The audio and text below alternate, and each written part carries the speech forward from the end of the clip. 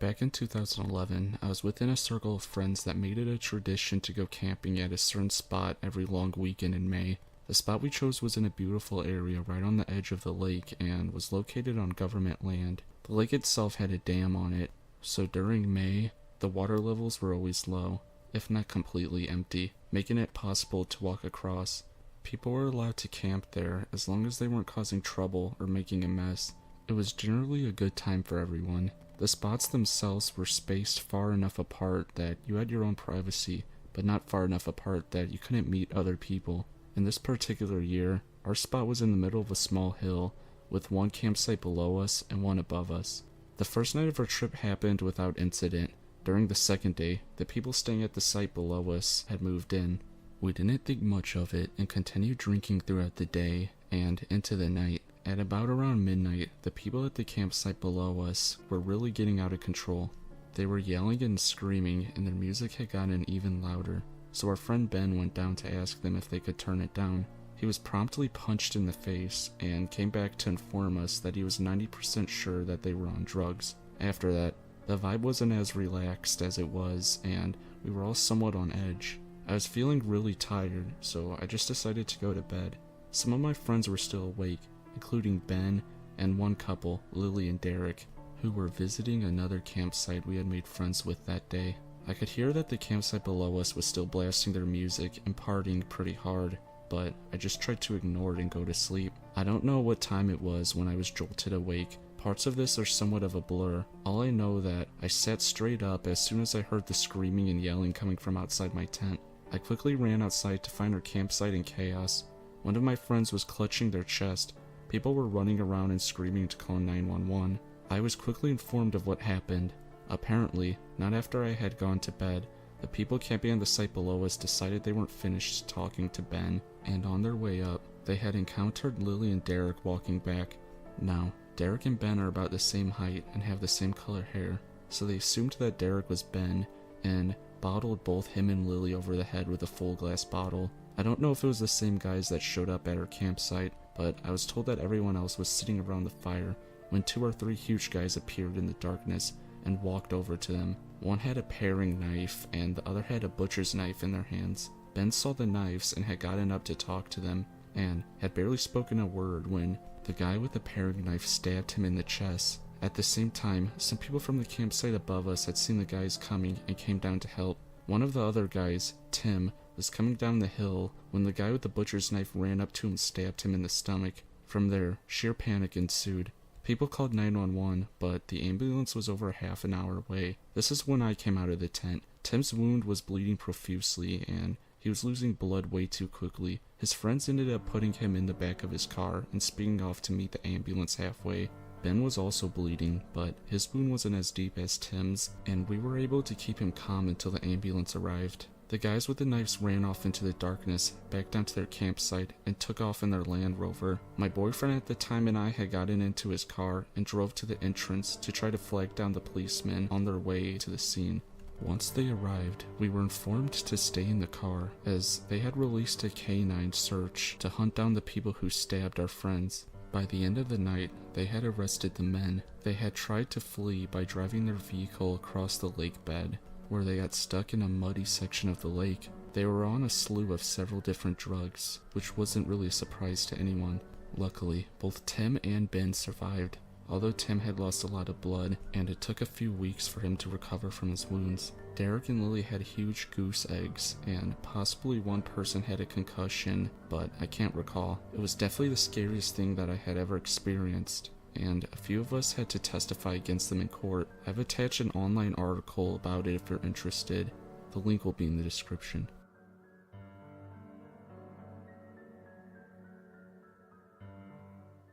Let me start off by saying this is going to be a long one, mainly because so much shit went down over 2 years and it still fries my brain. But anyway, here we go. A few years ago back in high school, I had a best friend. Her name was Kate. Kate was a total 10. She had beautiful hair and an outgoing personality that demanded all eyes on her. Naturally, I was drawn to her, as were many others in my school. My story of Kate and how she destroyed my ability to trust anyone started one day after she failed to show up to her English class. She was a seemingly good student with a high attendance record, so for her not to show up was very peculiar. However, I just assumed she must be ill and didn't give it much thought. Later that evening, I received a frenzy of messages, all from my friends, all desperately trying to find Kate, as her parents nor the police could locate her. It was winter, and might I add that I live in Scotland, so it's bloody cold. So, for her to be out alone deeply concerned me. I was awake all night and heard nothing until the next day at school. It's the beginning of the school day, so typically I go to the bathroom and reapply all my makeup my mom made me wash off. I open the door to see Kate in floods of tears with a massive purple and blue eye. As a 16-year-old girl, I was filled with the ideas of what she went through coursing through my brain. My sweet, kind, loving old pal. How could any monster hurt her? Only time would tell who the real monster was in all of this. After much counseling and back-patting, Kate decided to reveal a tale of disappearing. It had been the eve of her granny's death anniversary. The one and only family member, apparently, who really loved her. She had a dad who abused her and was at her wit's end. It was time to get away. She embarked on a trip to the next city. There's literally only 3 big cities in Scotland, so for the sake of staying anonymous, we'll just call it the city where her grandma used to live. She stayed outside the house all night in the rain until the police had located her by her phone tracker and brought her home. Her dad was so furious that in a fit of rage, he had embellished her with a black eye. Well, it's safe to say that I was absolutely dumbfounded. At only 16, living in a small middle-class village, it's fair to say that I had a rather sheltered lifestyle. I decided I would do anything to look after her, and even my mom agreed to let Kate stay with us whenever she wished. She begged me not to tell, especially not the police, as she feared tearing her family apart. At that time, I kept my word. It wasn't long before whispers coursed through the school of Kate and her abusive father. Everyone seemed to know, despite having kept my mouth shut. It was apparent Kate had not. Everyone was talking about her, how terrible it was. She seemed distraught at so many people knowing, but as I found out from more people, it was her who spoke so freely about it. Weeks would pass, bruises faded, and life seemed to return to normal. Normal was not good enough for Kate. I don't know if it was just a Scottish thing, but a few years ago, there was a social media phase called the neck nomination. Basically, being the disgustingly big drinkers that we are over here, the neck nomination was a challenge where one would record themselves downing a pint of whatever desired alcohol in one, all in the name of banter. Before leaving school one Friday, my friend Kate had been nominated for this challenge, and she announced that she would take it to the next level. She had bought a liter of Smirnoff vodka, the largest bottle of vodka, from an older kid, and downed the whole thing straight and recorded it. As typical teenage girls, we had a group chat, and we were aware of what Kate was doing alone. All of us were terrified, messaging her frantically to check if she was still alive and had not died of alcohol poisoning. Kate had never drank in her life, as she told us her dad was an extreme alcoholic, but that amount of vodka, especially in one go, could kill someone. Endless messages and phone calls, but no answer from Kate. Nothing until the next day, when she said her mom found her passed out on the bedroom floor, and her dad had yet again marked her with a signature black eye. Looking back, I should have had some sort of red flag at this point. Surely after drinking that whole bottle, which she showed me a video of, she would have at least been hospitalized for alcohol poisoning. Once again, Kate was the talk of the school. Everyone had seen the video, but Kate wants, she fucking gets. Halloween arrives, and this is where it all gets real. As Kate does, she likes a big event, something that will grab everyone's attention. She had been talking for months about how she was going as a Playboy bunny at the Halloween disco, and I'm not joking, this shit was not moderated. She had purchased full-blown fishnets, ass out and everything. The Halloween disco was full of friends and horny post-pubescent teenagers waiting for Kate's arrival, but we got nothing, not one word from her all night. The next day arrived and we finally had contact. Kate was apparently getting ready for the disco when her dad storms in, grabs her by the hair, and smashes her head into the ground. In a desperate plea to escape, she grabbed a handful of her father's antidepressants, overdosed, and was rushed to the hospital. I was distraught and at my wit's end. I couldn't keep my mouth shut for much longer. I visited her the next day before taking action. She was shaking, Her jaw was clenched, and she refused to eat. Alongside was an array of McCoy's crisps, her favorite, fruit shots, again another Kate staple, and McDonald's. Obviously, she had informed me that a lot of people had stopped by before me. Her mom was trying to make her eat, and the frustration poured through her voice. At the time, I was angry at her mom. Where was all the compassion? Her poor daughter had been through so much. It wasn't long before I went to see my favorite teacher, Miss Campbell. I told her everything, the overdose, the abuse, and the running away. She went straight to the school office and told me she would see what she could do. I waited in the computer room. It was my final year, and I was desperately trying to get into a university while being on suicide watch. It wasn't long before Miss Campbell returned. She told me the school was aware of Kate's situation, but there was nothing they could do. Kate had claimed that she was the one who gave the bruises to herself. Pure anger gripped me. I could not understand why she would be keeping herself in danger. I was outraged by the police dropping this. A month later, after a cycle of bruises and overdoses, one time an ambulance came as she had overdosed in school in front of my friends and I during lunch. Everyone saw it. It was right in plain view. Later, I received a text from Kate's sister. It read, "Me and my parents are grateful for the people that are looking out for Kate. We are aware that she's gone to school with bruises before. These are things that she has done to herself and are receiving help for. We are very upset/angry that she's saying the things she had said, but we are now concerned that she will isolate herself due to her lies, and that may make things worse for her. Thanks again. We really appreciate your help."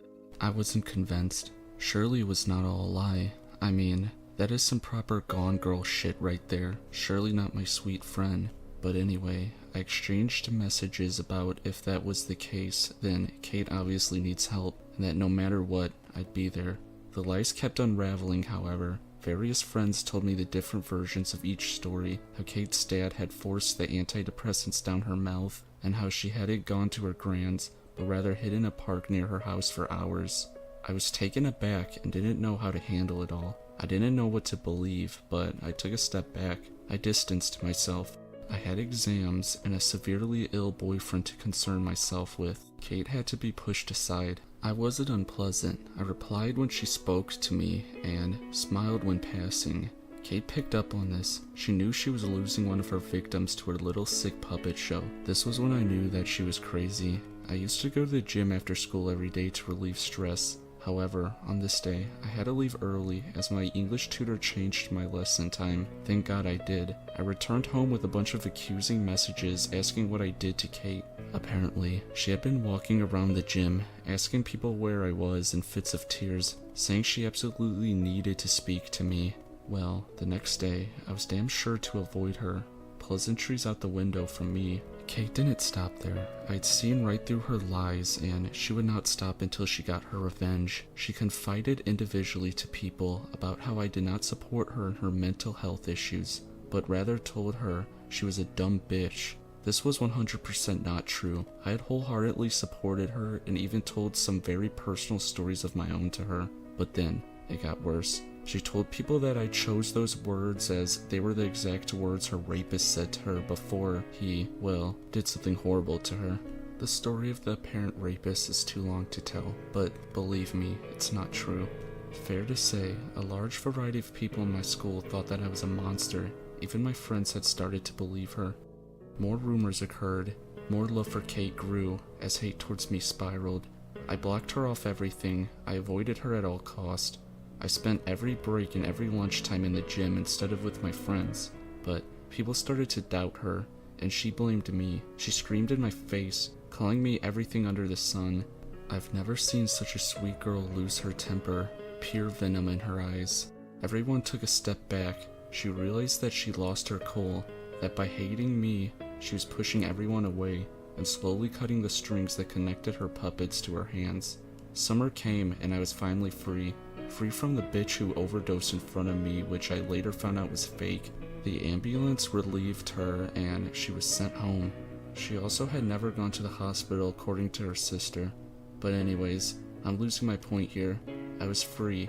Little did I know, only for a few months. The next time I saw Kate was in court. Her accusations of someone else had gone too far, and I was called as a witness. If there's anything I can take from this experience, It's that I helped someone who could have been wrongfully convicted. Apart from that, she seemed genuine. Her tears felt real. Her pain that I felt in my whole body. Now when I see her, I feel putrid hate surge through my veins. So Kate, when I move back home next month, don't ever fucking look my way. The way you used me, I still feel exploited for that, and I'll never forgive you.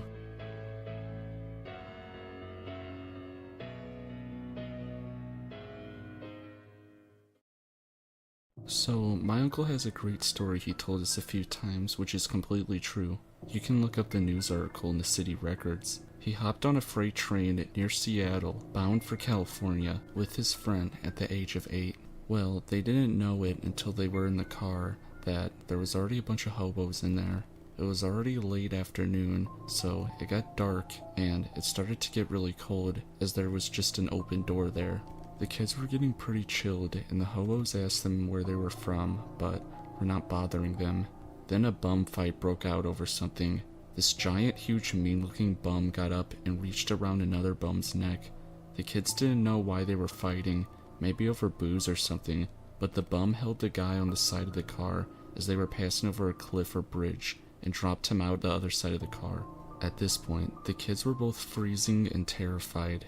They rolled into a town somewhere in Southern California to stop, and a big bum introduced himself and said, "You kids come with old Billy, and old Billy will take care of you." Billy, who had probably just killed a man, put his arm around them and told them he was going to find them something to eat. They waited for a chance to break for it, and did so, and didn't see him again. It was now morning, and they wandered down to the beach near this town, and by now the police were searching for them up in Seattle. They walked along the beach as they could see beachcombers and people sitting on towels. They noticed a group of people approaching other groups, and something disturbing was happening. The beachgoers would get up and gather their things and run from this group. On the Pacific beaches, you can see for long ways down the beach. So the kids got scared and ran up into the rocks, but it was too late. These weirdos had seen them and started to look for them.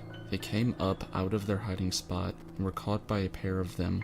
One guy had long greasy hair and had a huge distorted nose and a scar across his face. He said to them, "You kids are coming with us, you've seen too much," and they took them back to their car and put them in the back seat.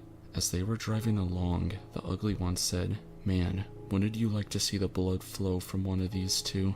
The kids were terrified, and this was before child safety locks. The car stopped at an intersection, which was pretty busy, and they unlocked the door and made a break for it. Luckily, they got away, and someone found them and took them to a police station, and that's how they returned home. It turns out these two kidnappers were responsible for the beach murders during that time period, and they were later caught. They had been robbing and killing people and living on the beach. Pretty scary. I was never this crazy as a child. To jump on a freight train after school, creepy mutilated beach bum and company, let's not meet.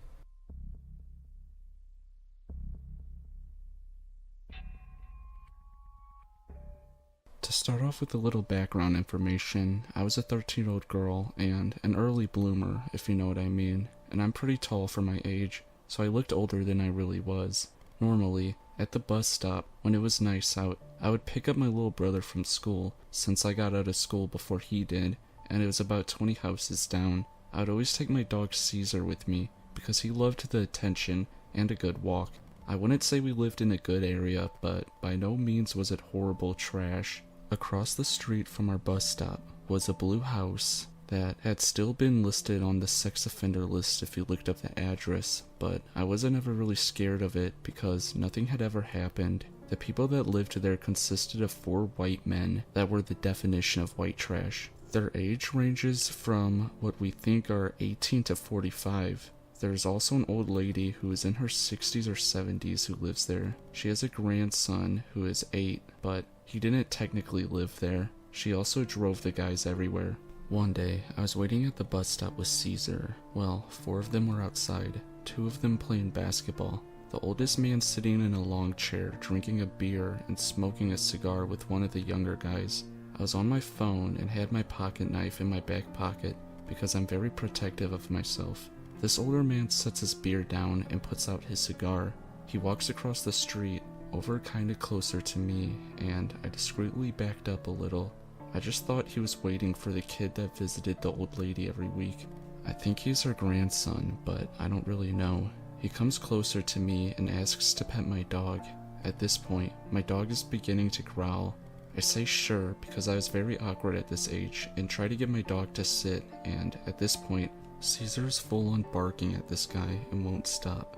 After a couple of minutes, I say sorry he wouldn't come down, but maybe later. I was just trying to be friendly. He looks at me, for the first time actually, because he had only been looking behind me the whole time. He smiles, and it was so creepy that it sends shivers down my spine when I think about it now. He says it's alright, and maybe next time you are here. He winks, walks away, and keeps clenching his fists so hard his knuckles turn white. After he walks away, Caesar comes down a little and starts sniffing behind him. There are 2 huge trees behind me and another row of houses. He keeps pulling, so I figure he sees a squirrel or something, because he only growls at squirrels. He starts full on barking at the trees. I then decide to walk him over to the actual bus stop, which is at the corner, and he finally comes down a little. A couple of minutes later, I hear the footsteps behind me, and I turn around, and I see a guy run out from behind the 2 big trees, and I immediately recognize him as the 4th guy from the house. Sadly, on November 7th, 2017, Caesar passes away at the age of 5 due to a cancerous tumor that spread into his lungs. I don't know what would have happened if my dog wasn't there to save me, but to the creepy old guy across the street from my bus stop, let's not meet again. I don't know what you were doing in those woods, and I don't want to figure it out.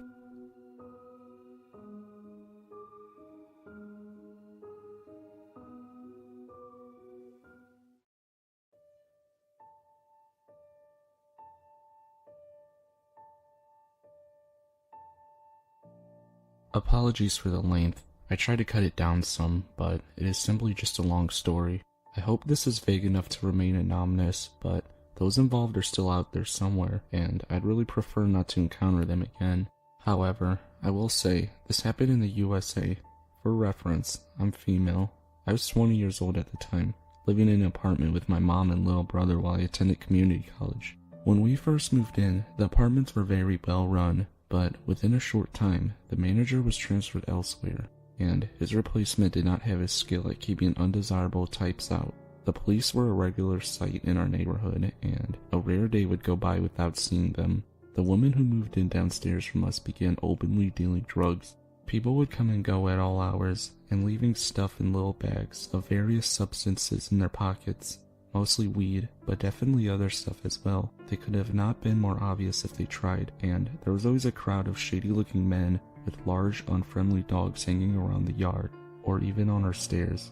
They'd act like it was a personal insult if we interrupted them by walking up and down our stairs. They would be genuinely upset and quite intimidating.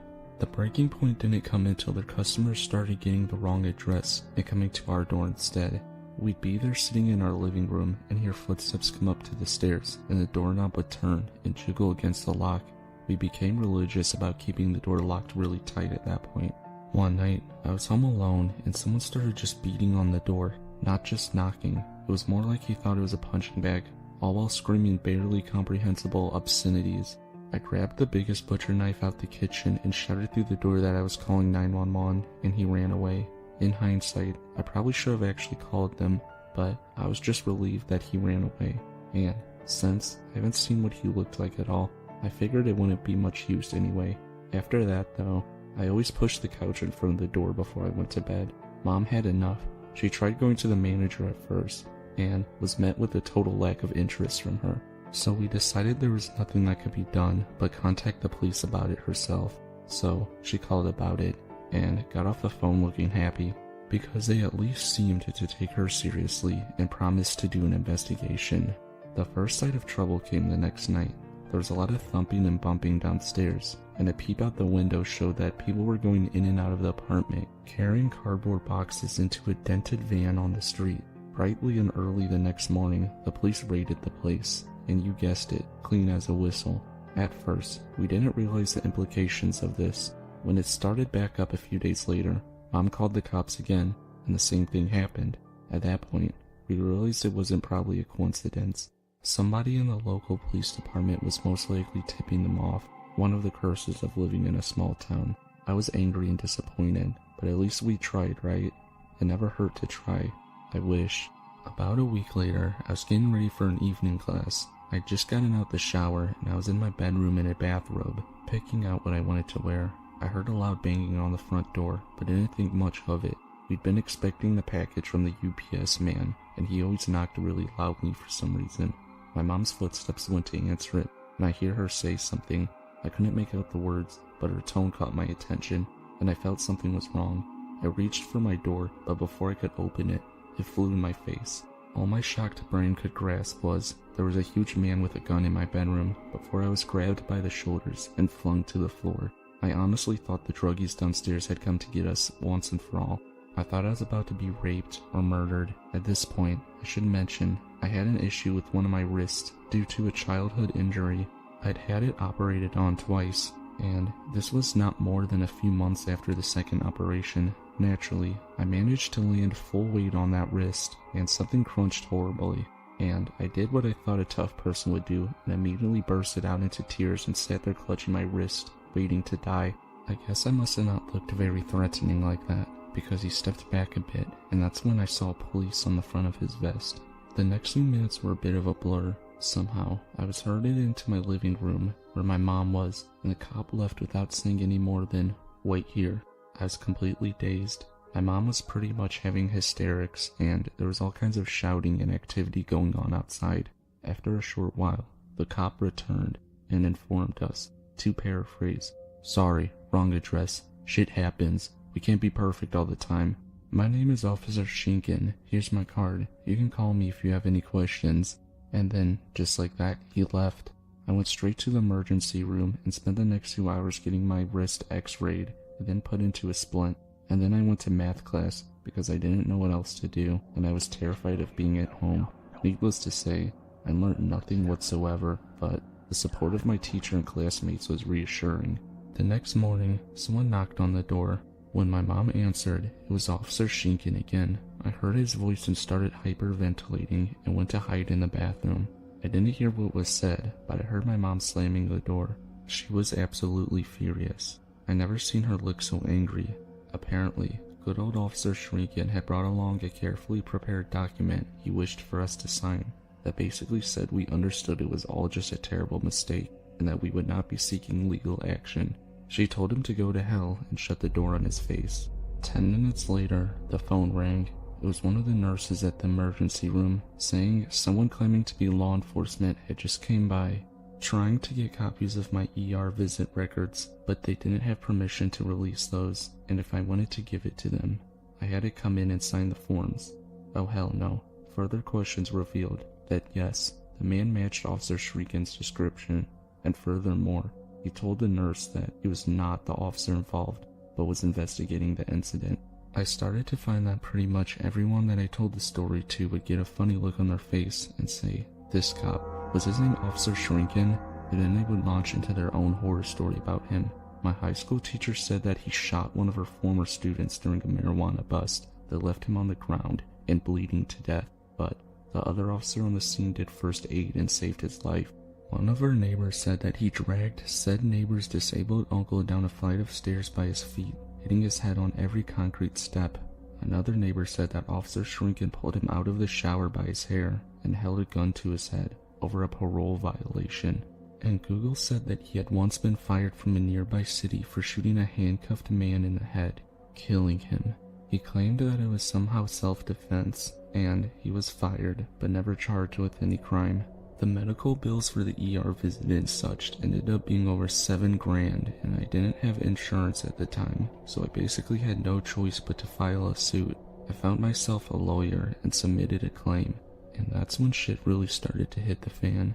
We started getting disturbing phone calls at all hours of the night, sometimes just silence on the other end, the sound of somebody breathing, and sometimes graphically sexual comments. When we stopped answering the phone, they just let it ring and the machine picked up, then immediately hang up and do it again. My mom went to her car one morning and opened the door only to discover that the handle had been coated in some kind of chemical. She washed it off quickly, but still ended up with burns and an emergency room visit. I had just gotten my permit and was out for driving practice when it began to rain as I went down the highway. I flipped on the windshield wipers and discovered they'd been coated with grimy motor oil. It smeared across the windshield and completely obscured my vision. Fortunately, the road was empty enough and I was able to slam the brakes and pull to the side without getting in an accident. Other things started happening too, less severe but sinister given the context above.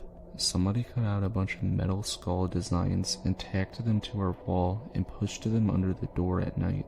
What the fuck? I still have no idea what that was supposed to accomplish. Furniture was stolen off the porch. My boots vanished when I left them out there. And, oddly, several pounds of weed in a plastic sack appeared on our porch one morning. My mom called the manager to get it without going outside. For once in her life, the lady did something useful and actually fetched it and threw it in a dumpster. I've never felt so helpless in my life.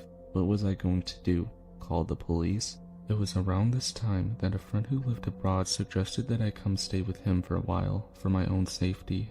I dropped out of school and left the country for 6 months. While my lawsuit worked its way through the courts, my mother and brother moved in with family, then to another town, without submitting a forwarding address. Eventually, my tourist visa ran out and I had to come back home. I was a complete nervous wreck, and I ended up settling out of court for a relatively small sum of money just to make it be over with. My lawyer got a copy of the search warrant they used. It was riddled with grammar errors and switched between my apartment number 18 and the unit down the street, 25, for no reason, completely random. The suspect was someone with an entirely different name, who looked entirely different from any of us, who apparently sold some Oxycontin pills. She lived in Unit 25. I saw a copy of her driver's license, and it said right on the front of it, in nice clear letters, Unit 25, as her address. I don't know, I have no proof, but it was obvious that someone had been tipping off our drug dealers downstairs, and I wonder if the wrong number on the warrant was not a mistake at all. Perhaps it was meant to be retaliation for getting their friends in trouble, or trying to at least. Anyways, I've now regained full use of my hand, which the doctor told me might never happen. I no longer have a heart attack at loud noises, and I only feel slightly uneasy when I see police uniforms, rather than having a full-on panic attack. It's 6 years later, and now I'm beginning to reclaim my life. I kicked the PTSD, and I'm going back to finish school. I feel like I lost the best part of my life in my 20s due to these jerks, and I'm still bitter about it. I currently live with my friends in an informal situation. My real address is not on any documentation, and I get my mail in a P.O. box in another town. Depending on which document you're looking at, I supposedly live at 5 different places, scattered from one end of the country to the other. And I'm not going to change that until I move a lot further away from where this all happened. As far as I know, nobody involved ever faced any consequences. Thanks for listening. I'm happy to answer whatever questions you guys may have.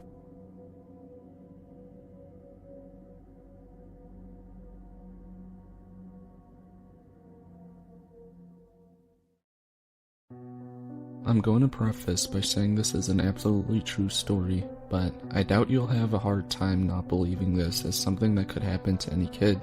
When I was 13, this would have been the year 2000, I got into a bad habit of sneaking out after my mother went to sleep. One night, when I did this, a friend was sleeping over who snuck out with me. We both were in great shape, so we could pretty much get from one side of town to the other in about a half hour on foot. So, this was probably like 11 p.m. We sneak through the window and start walking to a girl from school's house. We make it there easy peasy, no problem, and she comes out and greets us, but nothing really happens because the guy I was with was her ex. Really a waste of time and a dumb choice on my part, but I didn't want to sit around in my house all night because this guy didn't really play video games. He's more of a country boy / athletic type. Let me also say, this being almost 20 years ago, and a relatively small town in Oklahoma, there weren't really many people out and about past midnight, hardly ever. Plus, cops patrolled the town pretty regularly, so you had to be extra sneaky if you were out on foot, and the drug addicts pretty much just stayed indoors. Anyway, we started making our way back to my house, and once we get about halfway across the town, this red truck comes hauling ass down the road we were standing on. It caught my attention because of how erratic the driver was being. I'm just standing there staring at it like, what the fuck? My friend looks at me and he's like, did you see that?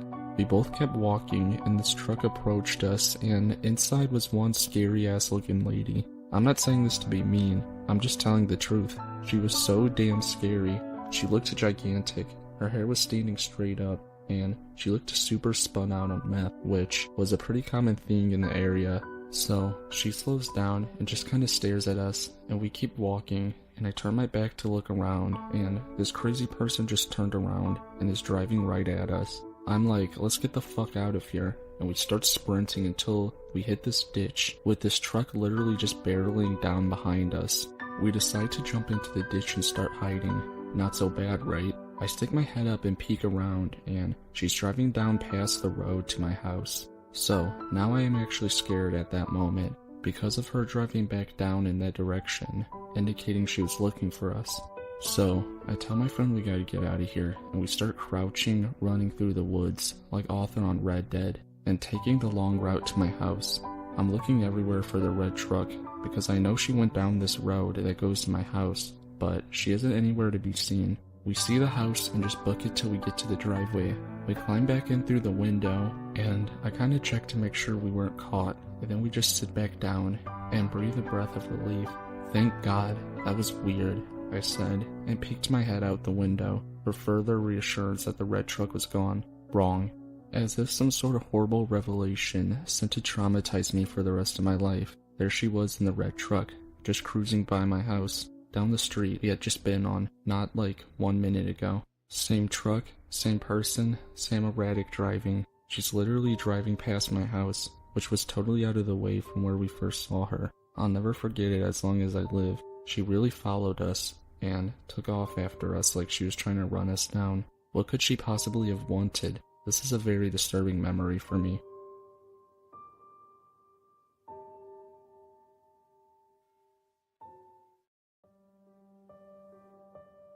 Last year, I went out of state for the first year of college to a school in Indiana.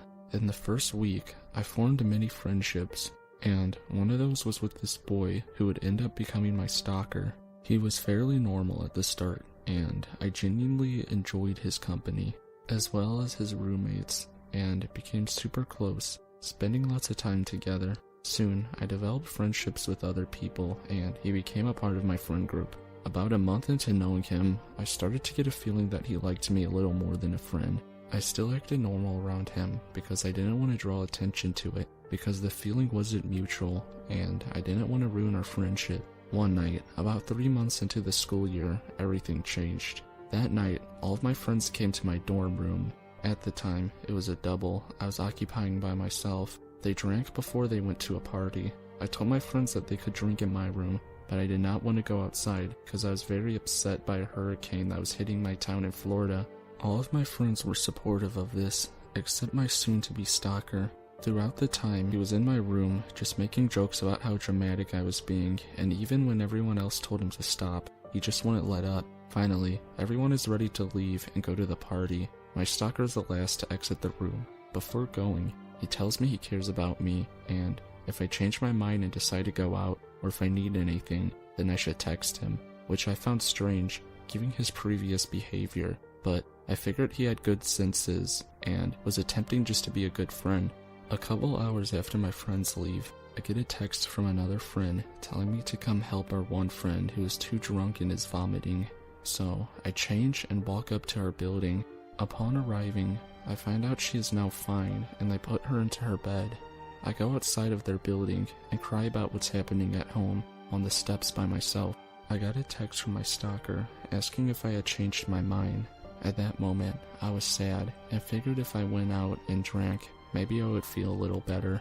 I tell him where I am, and I ask if the group wants to meet up. He says that they will come, but arrives alone. He suggested that we hang out in my room, but I told him I wanted to see the group. He didn't seem to be too happy with this, but I called one of my other friends to see where they were, and we went into another dorm room building where they were drinking. The party was busted, so they had to leave. When we get inside, I have a hard time figuring out which floor they are on and what room they are in. My stalker is visibly drunk at this point, and he pushes me into one of the connecting suites that are vacant. He begins to make fun of me again for being upset and is becoming very touchy. I push him off and tell him to stop. We finally find one of our friends, and that friend tells us that we can meet him in the room and he has alcohol there. My stalker suggests that we go to his room instead because he's in a fight with one of the other guys and doesn't want to see him. I believe this and I agree. When we get to his room, we are greeted by his roommate and a bunch of his roommate's friends. My stalker grabs my backpack with his alcohol and says we should just go to my room and our friend group can meet up with us. So we do. My dorm had 2 beds in it and my stalker sits down on the one I sleep on, so I decided to sit down on the other one. He puts on a movie and everything is going normal at first. I immediately began texting my one friend, whose room everyone was in, and tell him to bring our friends over to my room. My friends were all drunk at this point and everyone I texted wasn't making sense. My stalker then gets in the same bed as me and lays beside me. I immediately feel uncomfortable and start rapidly texting my friends and tell them that blank is acting strange and they need to get here now. He sees I'm on my phone a lot, so my stalker grabs my phone from me and tells me I need a 10-minute break from it. During this time, he becomes very touchy and he suggests that we try this trick with my jewel, where he exhales it into my mouth, to which I reject too immediately. I tell him that it has been 10 minutes and that he needs to give me my phone back, but he denies knowing what I'm talking about. I stand up and move to the other bed because I feel uncomfortable, and he gets up and moves as well. I sit on the very end of the bed, opposite of him, and demand my phone. He continues to play dumb. Instead, he moves closer to me and tries to playfully touch me. I've had enough at this point, and I tell him he needs to give me my phone right now, and that it's not funny anymore. He tells me he needs to go to the bathroom first. While he's in the bathroom, I grab my laptop and I iMessage all of my friends to come to my room ASAP and tell them that he's being very creepy and I need their help. Once he returns, he tells me right away that he wants to level with me and that he thinks we should hook up. I had been making it very clear the entire time that I did not want that and thought he would be able to read my body language and the situation and realize I was clearly uncomfortable. I tell him no and that I just want to be his friend and not ruin the friendship. He doesn't listen. He comes over and starts playfully grabbing me, and when I push him off, I tell him to stop. He then pushes me down onto the bed and tries to get over me. He grabs my legs and pulls me into him. I was thankfully sober and was able to kick away from him and get up and run into the hallway. He doesn't leave my room and begins to insult me and tell me he never wanted to be my friend but only wanted to sleep with me, and that guys and girls can never be friends. It always has to lead to something more. He then says he would never date me and that I'm too emotionally unstable for him, and a slew of other insults. One thing he said that especially scares me is that he was raised to take what he wants, no matter what, when defending his actions. I don't know what to do and just start crying and yelling at him to leave my room. He refuses and then makes fun of me for crying. At this point, he still has my phone and won't give it back or leave. I threaten to call the campus police on him if he doesn't leave, and he finally agrees. After that night, he texted me every day for a week, trying to talk to me, and one of my friends told me to listen to what he had to say, so I did. He ended up confessing his love for me, and told me that he thinks we cannot just be friends, even after I said multiple times that all I ever said I wanted was just to be a friend. I told him I think we need to stop talking. All of my other friends knew what happened, and dropped him as well after that. He spent months trying to talk to me. He became completely obsessed. I would still hang out with his roommates, but I would only go into their room if he wasn't there. Only on a few occasions where he would come in, he would later text me paragraphs about how I was immature for ignoring him. Finally, I said we could try to be civil and just be acquaintances, just to be nice, but that then led him into getting very mad for acting uncomfortable around him and never wanting to hang out with him. At this point, every time I see him, he would blow up my phone and text me non-stop about me being fake towards him and that I needed to get over myself. Finally, I just decided to block him. After doing this, he got very angry. He would show up wherever I was all of the time and just stare at me. His roommates would tell me that he talked about me every night, basically for the rest of the school year. He would try to ask them things about what I was doing and who I was hooking up with. He would go up to my close girlfriends all the time and ask them what he could do to fix things with me. He tried to fight a guy who expressed that he was interested in me. A few months after the incident, he made up excuses to come to my door, work lived on the same floor as me. Almost every other day he came over. He started trying to talk to me in the hallways. He would offer me things and even bought me a Christmas present. The last few months of school, he told his roommate that his goal was to sleep with me before graduation, and he thinks I want him, and I'm just playing games with him. I in no way want him, or make it seem this way. The only way I act towards him is completely disgusted. Even over the summer, he has been texting his roommates about me. All of my friends tell me that he is stalking me, and recognize the way I am acting is in no way asking for his attention. I go back to school in the middle of August, and he will be there. He will be living in a frat next year, so I don't have to worry about him being on my floor, but he still worries me. I think something is very wrong with him emotionally or mentally, and not because of just the way he acted towards me, but just in general. I don't want anything to happen to myself or anyone else, and I think I should do something about it. Looking back on that night, I would say his behavior and things he said were very rapey, and that people who think if I want something I should take it no matter what are at a higher risk to sexually assault someone.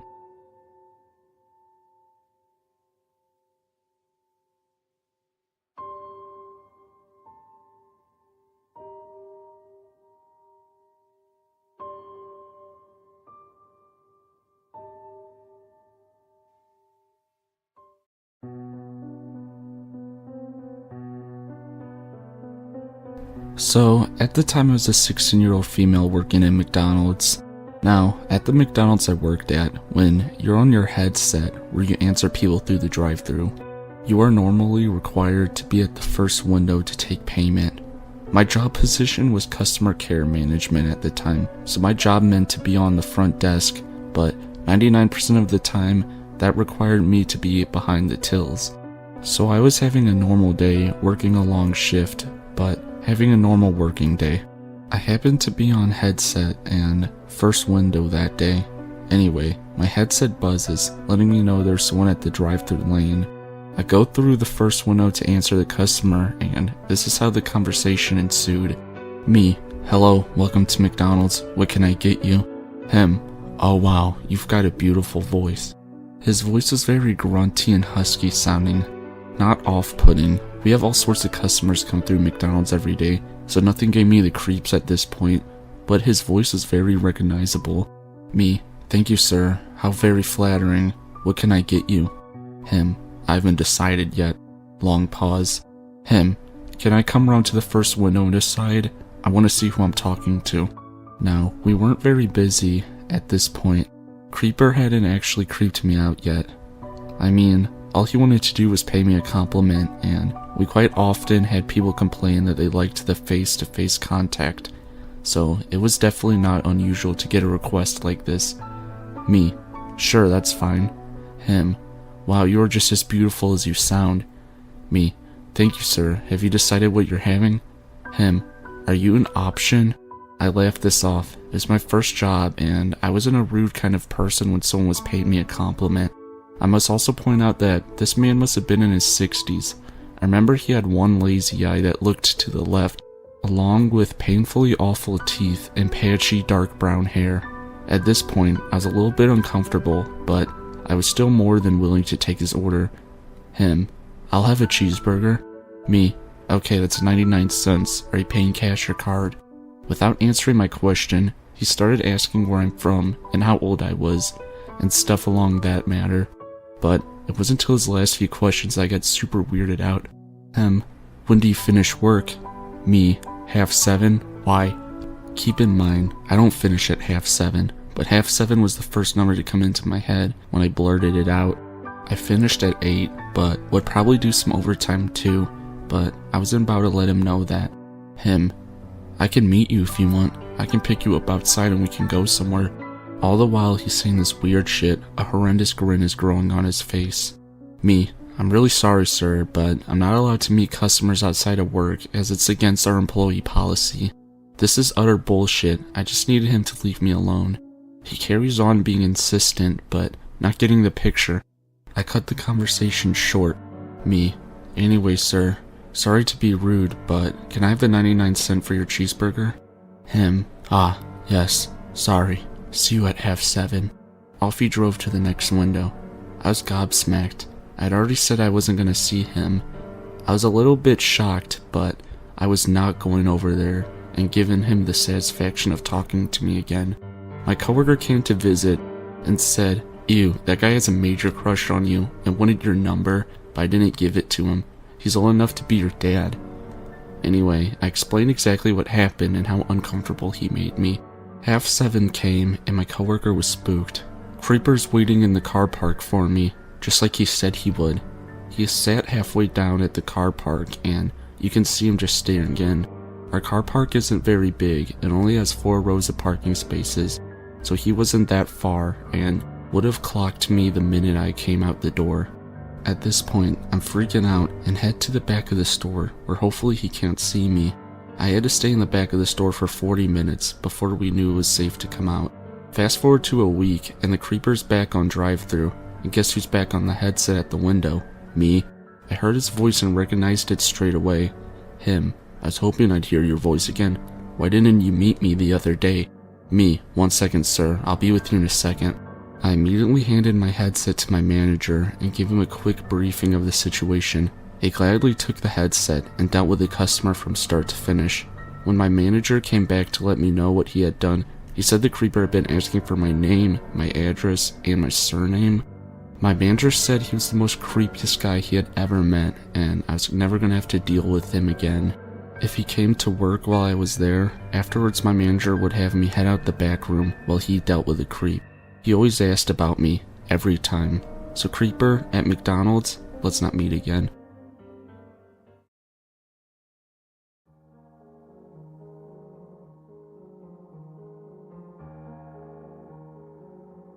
My freshman year was a wild time.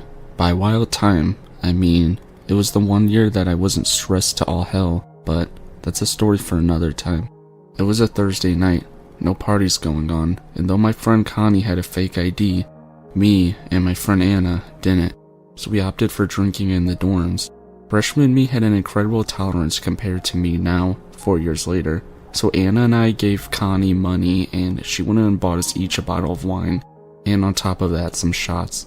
Needless to say, an hour later, we needed some food. Trying to keep this short, but this is the context. At the edge, literally on the street corner of our campus, is a Taco Bell. An easy 10-minute walk from the dorm, right to the Taco Bell counter. A walk we've made countless times. No matter how much I drank, I was always made sure to be aware of my surroundings. Mostly because I grew up with 2 older brothers and a military dad who drilled that into me. Also because my friends were pretty reckless when they got drunk. Not to mention, they're kinda naive, and they've been sheltered for most of their lives. Like if shit went down, I was the one to fix it or protect us. So I was buzzed and having fun, being a shit show with my friends, until we get to Taco Bell.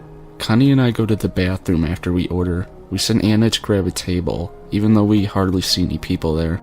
We come back out and we see Anna got an obnoxiously large table that could have seated 7, but there was someone else there. I've always referred to this man as wife beater dude, and when I saw him, his appearance alone sobered me up real quick. I could tell he was sitting down, but more lean than muscle. He had a gray beanie on and a white wife beater and black sweatpants, even though it was almost winter. It made it easier to see the tattoos on his arm, throat, and face, but specifically, I focused on 7 or 8 teardrop tattoos. He wasn't a bad-looking guy, but his eyes were hollow and jumpy as he smiled at us, welcoming us to our table. "Hey ladies, I hope you think it's cool if I join you for a minute. You see, I'm just waiting for my ride. I just got out of the pen and just wanted to blend in, you get me? So is it cool if I just chill with you lovely ladies for a sec?" As he was talking, he would keep glancing anxiously out the windows overlooking the street, rubbing his arms and bouncing his leg. I kept it as passive as possible, smiling despite the twist in my stomach, and I kept it real quiet, focusing on my tacos. Anna is more shy to begin with, but she did the same thing, smiling sheepishly at wife beater dude as he begins to just talk. He would brag about his street credit and how he's a serial killer and hitman. He would keep telling us to look him up, that he's famous, and we should look him up. This was all fine and dandy until he began talking about religion and beliefs. My friends are religious, but I'm not, and though I wholeheartedly disagree, I won't engage. Wife beater dude essentially kept saying that he was a man of God, and that he thinks that all the gays should go to hell. My friend Connie is blindingly stubborn and argumentative as a person, and the only one out of us three that really had been engaging with him. This is when they start to get in a debate over morals and God. He claims that gays should go to hell because it's against the Bible, and in return, Connie makes the fair point that murder is also against the Bible as well. At this point, I finally catch her eye and say quietly through my teeth, "Hey Connie, why don't you shut the fuck up?" But wife beater dude actually starts to flirt hardcore with Connie, which I start to interrupt by asking her to grab me some saucer napkins. Luckily, this only lasts for a minute before wife beater number 2 shows up, an almost comically identical version of number 1, except he is shorter and wearing a black wife beater. He comes in out of breath. "Hey man, I got the car running, let's ride now man." One looks at us and politely extends an invite to come to their crib, smoke, and chill, the last part finishing with a thrusting motion. I decline before anyone else could say anything, and they disappear. Not even 2 minutes later, 3 cop cars go roaring down the street in the same direction they went. Was he really a serial killer, or just a moron? Was he really on the run from the cops? What was his name? Even though he kept telling us to look him up, ironically, he never told us what his name was. So anyways, wife beater 1 and 2, let's not meet again.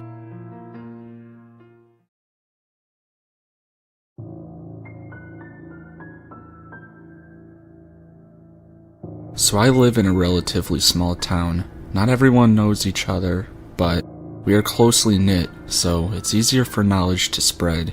Now, after we had dropped my grandma off for her brain surgery, we stopped at Wendy's. Now, I don't know why my uncle thought it was okay to do this, but he thought that him staying in the car for 20 minutes while I stay inside the Wendy's was a good idea. While he was gone, I was on my phone, and there were a few people there, so it was just kinda empty. Then I get this chill down my spine. I look up from my phone when I see this creepy guy staring at me. My parents, being sensible people, raised me not to talk to strangers. I, being the smart 10-year-old I was, decided to text my friend that there was some guy watching me. She told me to keep texting her in case anything happened. I kept sneaking glances from my phone, but the guy was still staring at me. I decided to go to the woman's restroom and stay in there for a few minutes, in hopes my food will be ready by the time I got out. After a few minutes, I go outside my stall to wash my hands, and I see the guy in the restroom, just standing there. Me. Hi? Creep. How old are you? Me. I'm sorry, but I can't tell you that. Creep. What's your age? Me. I'm sorry, but can you please stop? Creep. Tell me your age. Tell me. Me. Get the fuck away from me. I try to bolt to the door, but the dude blocks me. So the only sensible thing I could do was just to kick him right in his balls, just like my dad taught me to. He went down pretty fast, and for good measure, as I ran to the open door, I pushed his head hard. I bolted out of there, and I found my bag on my table. I ran out of there into my uncle's car, to which he seemed annoyed at. I told him everything, but he seemed to think I was lying. What a jerk. We drove home, and he told me not to tell my dad. But of course, I told my dad. My uncle was mad at me, but I was mad at him. That's when I learned that the creepy man was actually a friend of my uncle's. And although he was a convicted drug addict, my uncle seemed to think this was fine. I never forgave my uncle. Of course, when my dad told his friends, it spread it all over town. My uncle is now disliked by a lot of people. So hey, creepy drug addict, let's never meet again. Please, I don't know what you wanted from me in that bathroom.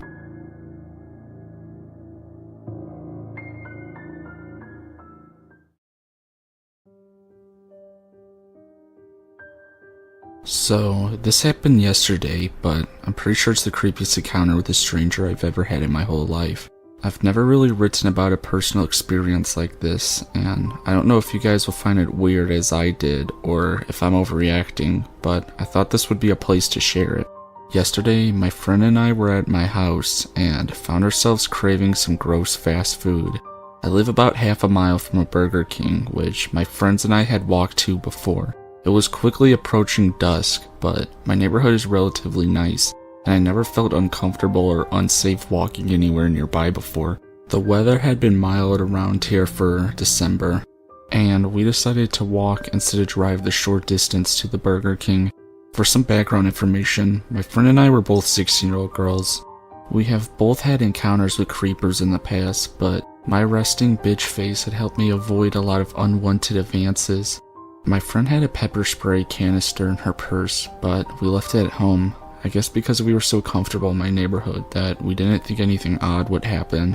When we reached the Burger King, it was oddly empty for dinner time. The only people in the restaurant were the workers, an old Italian man that seemed to be the franchise owner, and a middle-aged African-American man sitting on the corner facing the window.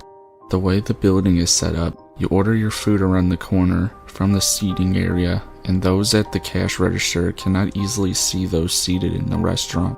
There's a side door that opens directly into the dining area, and you can enter and leave without whoever is working the cash register seeing you. As we are ordering our milkshakes and fries, the owner is screaming at the young employees, which made my friend and I pretty uncomfortable. When our food was ready, he brought it to the counter and leered at us, asking if we had just been to the beach. Neither of us was really showing any skin or anything, and I just gave him a dirty look and sat down to eat my food, thinking that he was probably the creepiest person I was going to meet that day. When my friend and I sat down to eat, the man who was seated in the corner got up to leave. We barely looked at him, but when he was passing our table, my friend and I noticed an odd detail. Though he was middle-aged and wearing what looked to be a work uniform, he had bright neon green contact lenses in his eyes, like the kind of people that wear Halloween costumes. I giggled to my friend that he must really like Hopskin, the rapper whose personality includes wearing white contact lenses. But we didn't find it too strange until he came back to the side door 3 minutes later. When he came in, he was carrying a misshapen large bag. He was previously seated very far from us, but when he came back, he took a seat closer to us, 2 or 3 feet away. The tables were angled differently, so his back was facing us. We thought this was weird, but we continued eating while he pulled out an ancient laptop from his bag and started it up. A few moments later, my friend grabbed my leg and made a motion for me to look next to me. There, the man had very clearly angled his laptop screen so it was in the view of my friend and I. I heard heavy breathing before I fully grasped what was happening. There, on this weirdo's screen, was 2 naked women in what seemed to be a dungeon, strapped down and being whipped. Now, I've grown up around computers and am friends with a lot of dirty teenage boys, so I have sadly seen pornography before, but this didn't seem like normal bondage stuff at all. It seemed less staged and less professional, and the fact that the man had it on a disc instead of the internet made it really more creepy. What made it even creepier was that he was steadily increasing the volume on his laptop. By the time my friend and I fully grasped what was happening, we got up to leave. It was on full volume, and he angled towards us, while the woman's scream of pain echoed through the dingy restaurant. Of course, while this was happening, the manager was still yelling at his employees, and they were definitely unaware of what was going on. My friend and I didn't stop to tell them what was happening. We just booked it out of there, running across a busy intersection. I looked back to see the man getting up and walked out of Burger King, into what can only be described as a stereotypical black creeper van. I told my friend this, and we began to panic, and ran to a nearby gas station. The van drove into the parking lot and sat there. We hid inside for almost half an hour, and the police probably thought we were shoplifting, but we were too scared to make the walk home with this weirdo on the loose. Eventually, the van drove off, and we peeked outside to make sure the coast was clear. By this time, it was completely dark out. I called my guy best friend, and I asked him to come pick us up, but he was across town. My friend and I just stayed on the phone with him as we began the trek back to my house, which, though short, when paranoid, seems endless. When we got home, we speculated the man's intentions, and thanked our lucky stars that he didn't grab any of us on our walk back. I wasn't able to sleep well last night. I just saw his blank eyes and his creepy black van in my dreams. It really sucks not feeling safe in your own neighborhood. I think it was probably exciting for him to scare young girls, and maybe that was his form of entertainment. If anything like this ever happened to any of you, I'd like to hear about it. Or if you know it's a thing in the creeper community to force people to watch your weird porn in public, I'm just really confused by this whole experience. My friend's dad called the non-emergency police line today about this, and if anyone is interested, I can let you know what they said when I find out.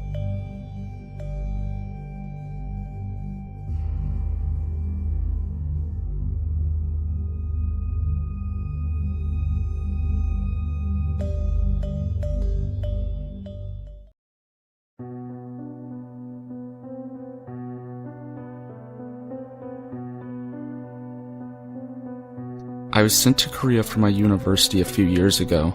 They told me for my major, I had to go somewhere in Asia. My friend had really talked up Korea for me. I knew nothing about it, but I decided what the hell, and I embarked on a semester-long trip. I had only had one serious boyfriend in my life, who I had broken up with a few months prior to this. I also don't enjoy one-night stands, and wasn't digging the dudes at the clubs in Seoul, but I still wanted to have some sort of romantic experience.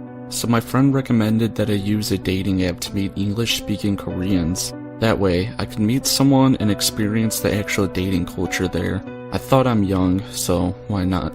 I was so eager to have new experiences. Maybe it sounds dumb trying to date in a foreign country, but it worked out for me eventually. Just not on the first date. I met him on a dating app after being in Seoul about 3 weeks. Let's call him Tim. I didn't know the culture or the city very well, and was a bit naive about everything.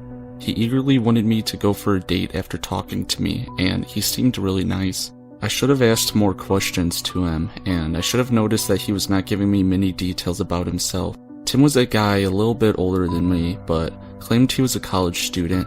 I assumed he had done his military time, as all Koreans have to do it, and just returned to school afterwards. We had talked for a bit and then decided to go on a tea date near the school I went to.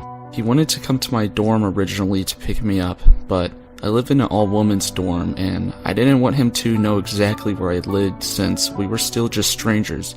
So instead, I insisted we meet at the town center near the subway. He really didn't like that idea, which looking back was totally a red flag. But eventually, I just insisted. The night of the date, I waited an hour for this guy. He was very late. Tim weirdly claimed that he just wanted to make me wait. I thought he was kidding and messaged him the laughing emoji, assuming he was just lost. When he finally arrived, he was much smaller than I thought, but a man's height has never been something that I cared too much about. He was also quite thin. Maybe I'd let my guard down because I didn't seem as physically threatening to me, which was a mistake in the end.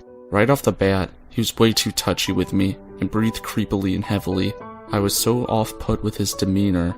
I'm usually very tolerant with different personality types, but this was very odd to me. I had been told that Korean men would be polite and not so touchy on the first date. He was also dressed oddly like in business attire for a date, but I thought maybe it's just a Korean thing. Again, I was dumb and knew jack shit about the culture. Then, the first thing he said to me was, "You're not as white as I thought you were." I thought this was a translation error, but his English was near perfect. So I asked for clarification, and he said what he meant. "I thought you would be more white. Your skin's darker than I thought, and your eyes aren't as green. Are you pure European?" Now I was officially weirded out. First of all, I'm pretty much as white as you can get. I'm Irish and Scandinavian, so white as hell basically. So the fact that he thought that I could have possibly been whiter was funny. Why did he care about it in the first place though? Why does my skin color matter to this guy? Why was he bringing it up?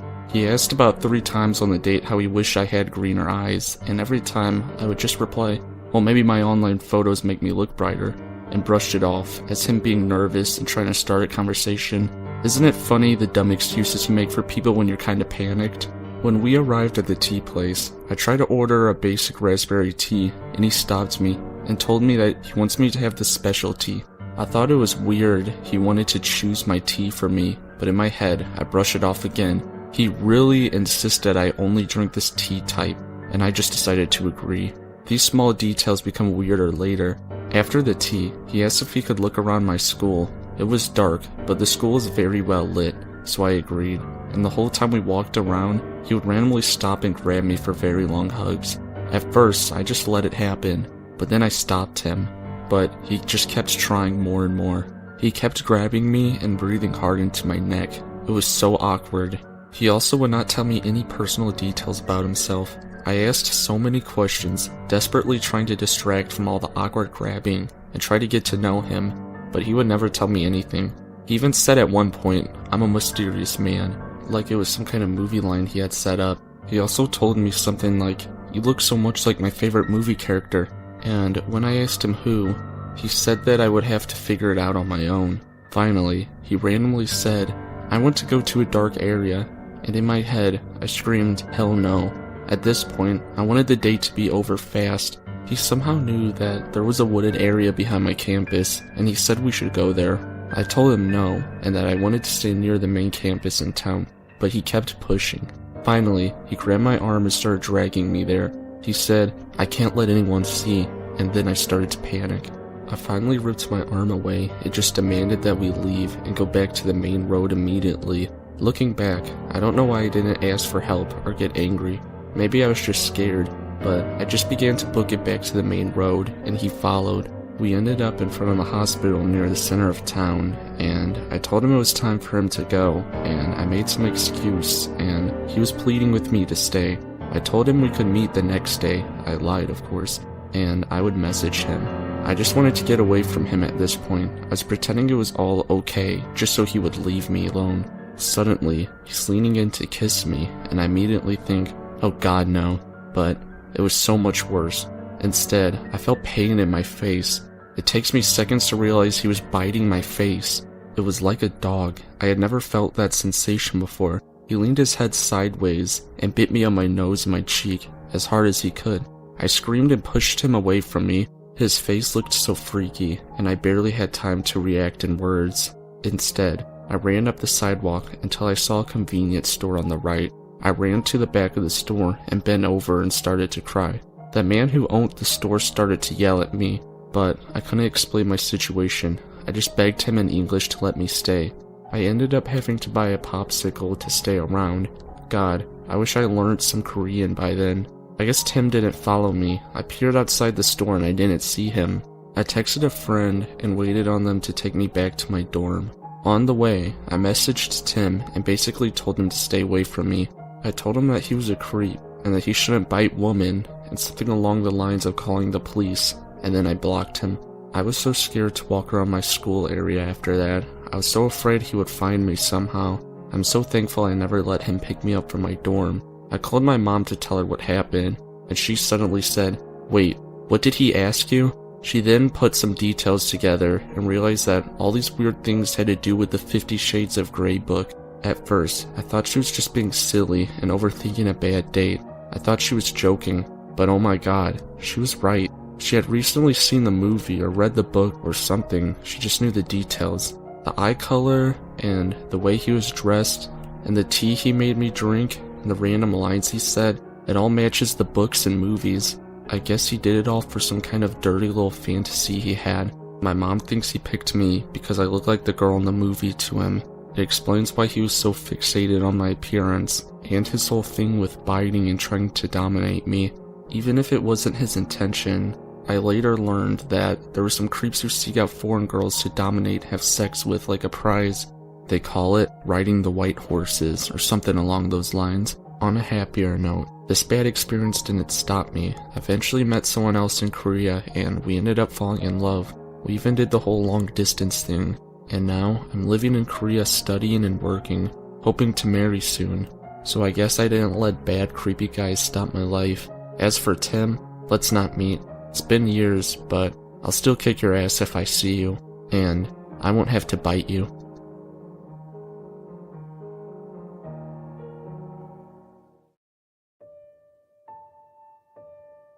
During my freshman year of university, about 4 years ago, I was quite tired and lonely, because I didn't really make any friends, and my 2 majors were pretty overwhelming.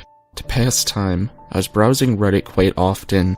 I even submitted an ad to find people to talk to. I get several responses, mostly from the US, though one was from my European country.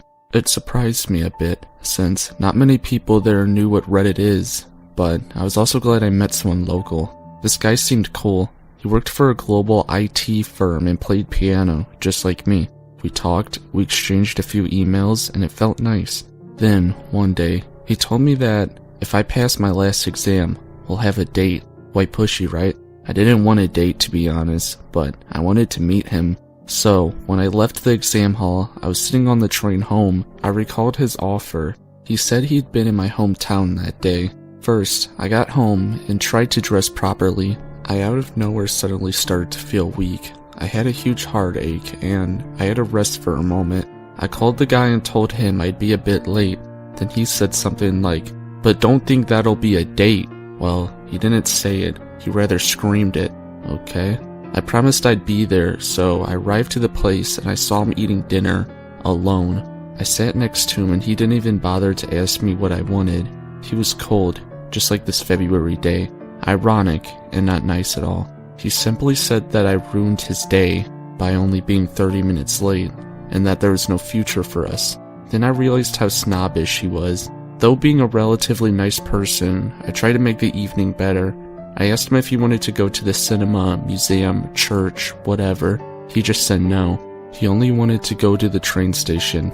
Remote train station, that is, not the main one. We started to walk towards the station. It was dark, wintry, and our path wasn't lit up at all. My high heels were covered in mud, and I didn't really like it. We didn't talk at all, because we were fed up with each other. So when we reached the station, I was relieved. I said goodbye, and then he kissed me on my forehead. What the hell? Then I felt a bit better. A bit. Because I had to get to the bus station on the other side of town. I had to take the same road we walked, and it gave me chills. I was walking for a while, when I heard a voice behind me. "Hey, miss!" I turned around, and I saw 3 guys wearing hoodies. I started to walk faster, and I didn't even answer. "Hey, miss, you lost something," I heard again. But I didn't turn this time. I didn't lose anything. No way. "Miss, wait," I heard again, and I sprinted shouting, "No!" I agreed it was strange and difficult. High heels are not racing shoes by any means. They started to run after me. You don't even know how scared I was. At least I was close to a better well-lit area. I saw the tram station and an older woman standing there. I rushed there and approached her. Then I saw these 3 men standing on the other side of the road. I knew they were waiting for me. I called my friend who lived nearby. He said he was at the dorms, but he'd get there ASAP. I was shaking, being watched by these 3 guys. I realized one was holding something glowing in the dark. What was it? Was it a knife? I don't think I want to know. My friend arrived, and he was quite a big man. He tried to chase the 3 guys, but they disappeared into the dark. He took me to the other train station building. We were sitting there for a while. I was trembling and crying, and he was holding my hand all the time. He gave me money for a cab, and I went home. My parents weren't happy about this. They said it was my fault. Was it really? I hope I'll never meet these men again, and you, my date, well, I don't want to ruin your day again, I guess.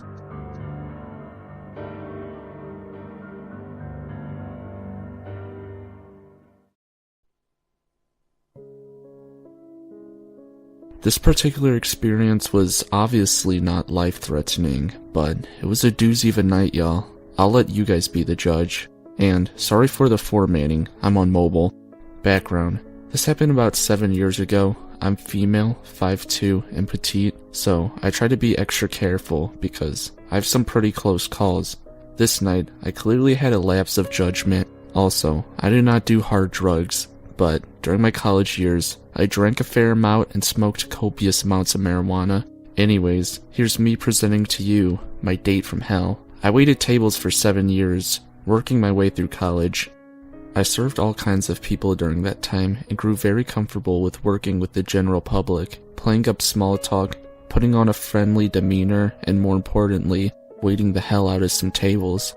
I was pretty good at my job, so I enjoyed my work most of the time, aside from the occasional douchebag customer.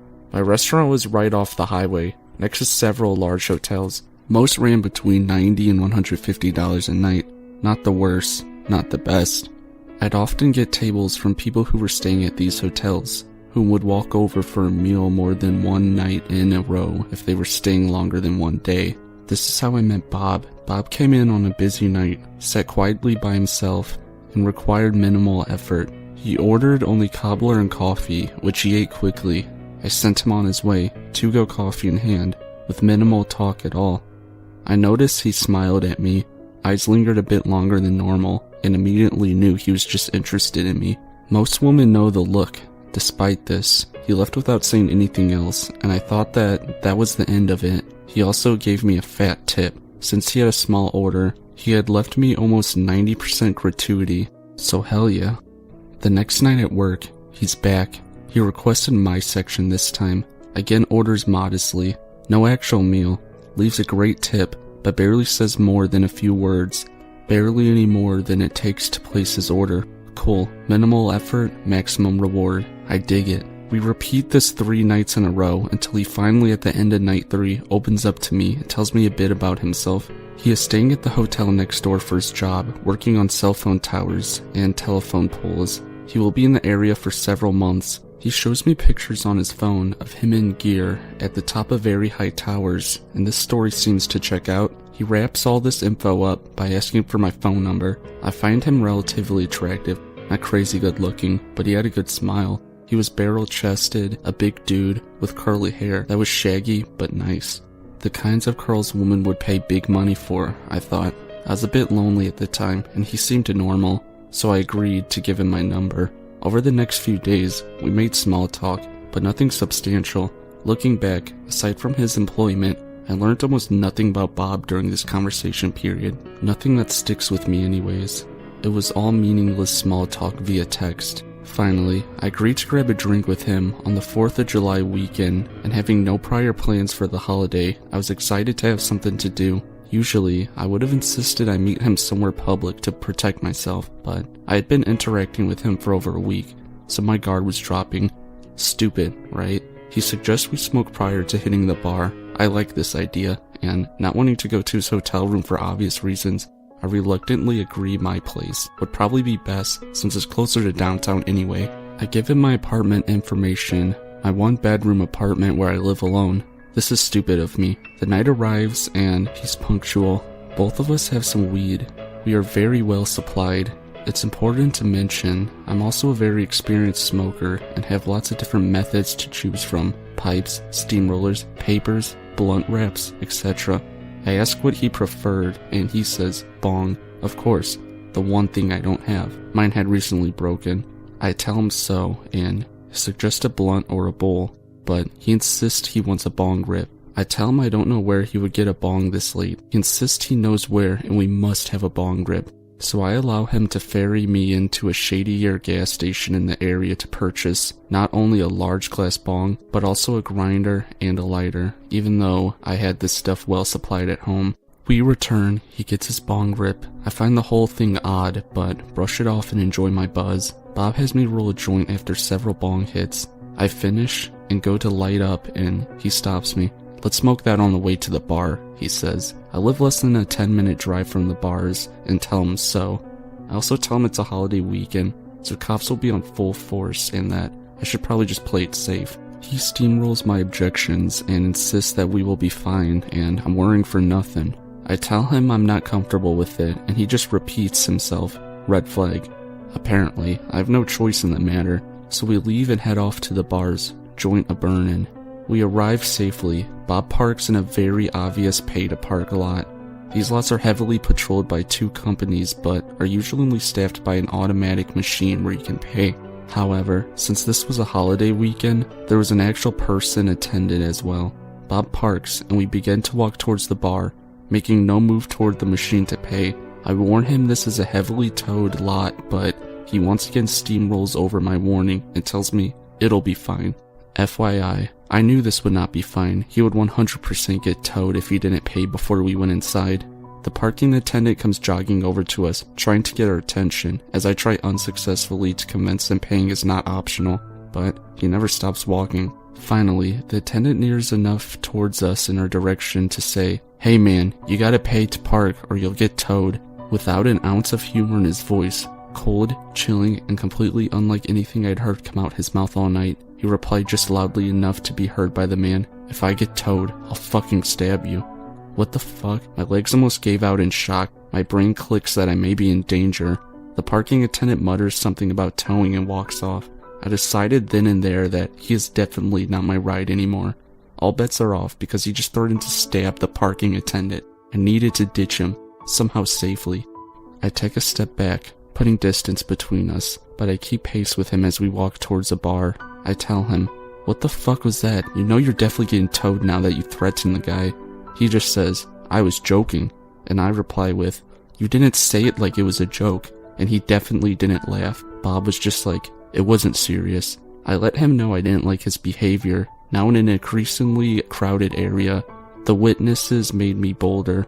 I developed a plan in my head, hoping I could discreetly phone a cab from the ladies' room and run for it, using the crowd as cover. But now he knew where I lived. No fixing that. But hopefully his car being towed would slow him down a bit. Bob just continued to insist that it had been all one hilarious joke as we entered bar number 1, that I totally misunderstood it, that I just couldn't take a joke. I knew better. His voice had been deadly serious and ice cold. My instincts told me that he was serious about his threat. I continued planning my escape in my head while he testifies in innocence. I needed to bide time till the right moment, so I waited uncomfortably and suddenly aware of how he'd been acting erratically all night and that I was just now noticing. I feel my gut twist inside me.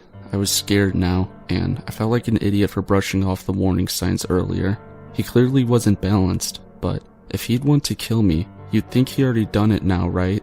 In the safety of my one-bedroom apartment, I hung my hopes high on this thought. We enter bar number 1, and it's obvious I'm miffed by the encounter in the parking lot. He never did pay, and Bob seems annoyed by this. Bob puts a card down on the bar and starts a tab. We order drinks. I take mine directly from the bartender and watch it like it's my fucking job. Bob fiddles with his phone when suddenly he grunts in annoyance. Its battery had died.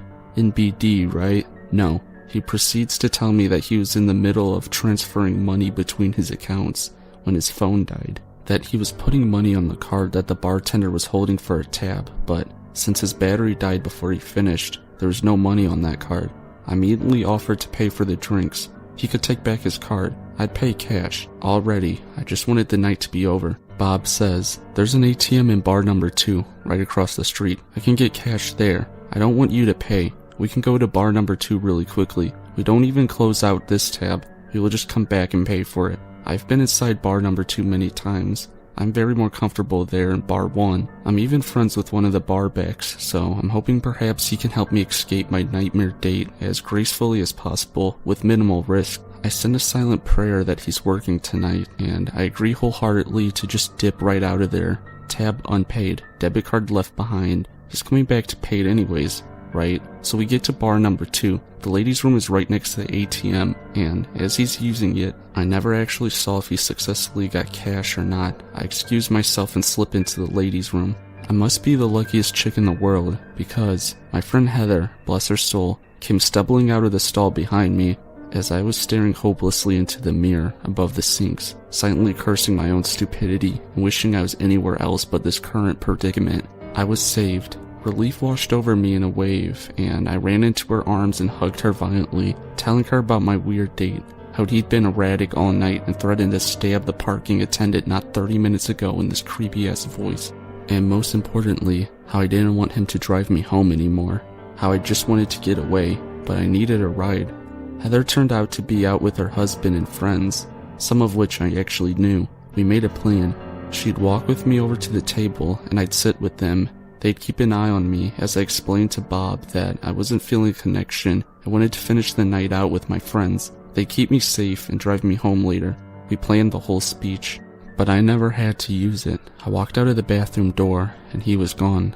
I didn't see him again that night, nor did he text me. Heather filled everyone in, and the guys were really sweet about it, putting me at the center seat, so I was obscured from view mostly by passerbys. A sick feeling in my gut tells me that he stuck around and watched me join the boys at Heather's table, and maybe even sit a little low in my chair. My friends took me all the way to my door that night after the bars, making sure I was safely inside. Left alone on my coffee table, there was the glass bong, brand new grinder and lighter Bob had insisted on buying. Probably paid $60 for, then maybe only took 3 hits off. The worst part, when I walked into my bathroom after kicking off my heels, having just got home, I noticed a small glass thing on the side of my bathtub, which I noticed as I sat on the toilet to pee. I picked up, and it was the size of a tub of lip balm, but fatter and rounder. When I inspected it closely, I found it to be full of loose white powder on the inside. It seemed to be contained on one side, while the other half was empty and had a hole on top. I determined it closely. I was pretty sure it was Coke, but I'd never seen anything like it in a glass contraption before. Realizing Bob had used my bathroom and it had to be his, I freaked out, thinking that he would surely come back for his drugs if he left them behind on accident. He never did though, and out of paranoia, I tucked the thing deep into my closet, afraid if he did return for it, I better have it. After a month though, I just tossed it. The whole thing just baffled me. If he was short on money, why would he insist on making a special trip to buy something that he didn't really need? Had he ever returned to pay the tab? Did he leave me stranded because I was obviously turned off by his threat? Did he get embarrassed and just leave? He certainly didn't seem like the type, but I clearly made a misjudgment about him somewhere. Was he just impossibly a coked out dude? Like, what the hell was that? I'd love to hear your thoughts on this because it's baffled me for years. Bob went radio silent for a month.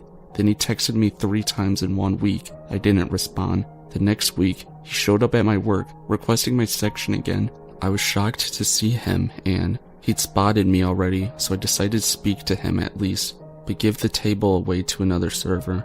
He acted as if nothing had ever happened. Asked me why I didn't respond to his text.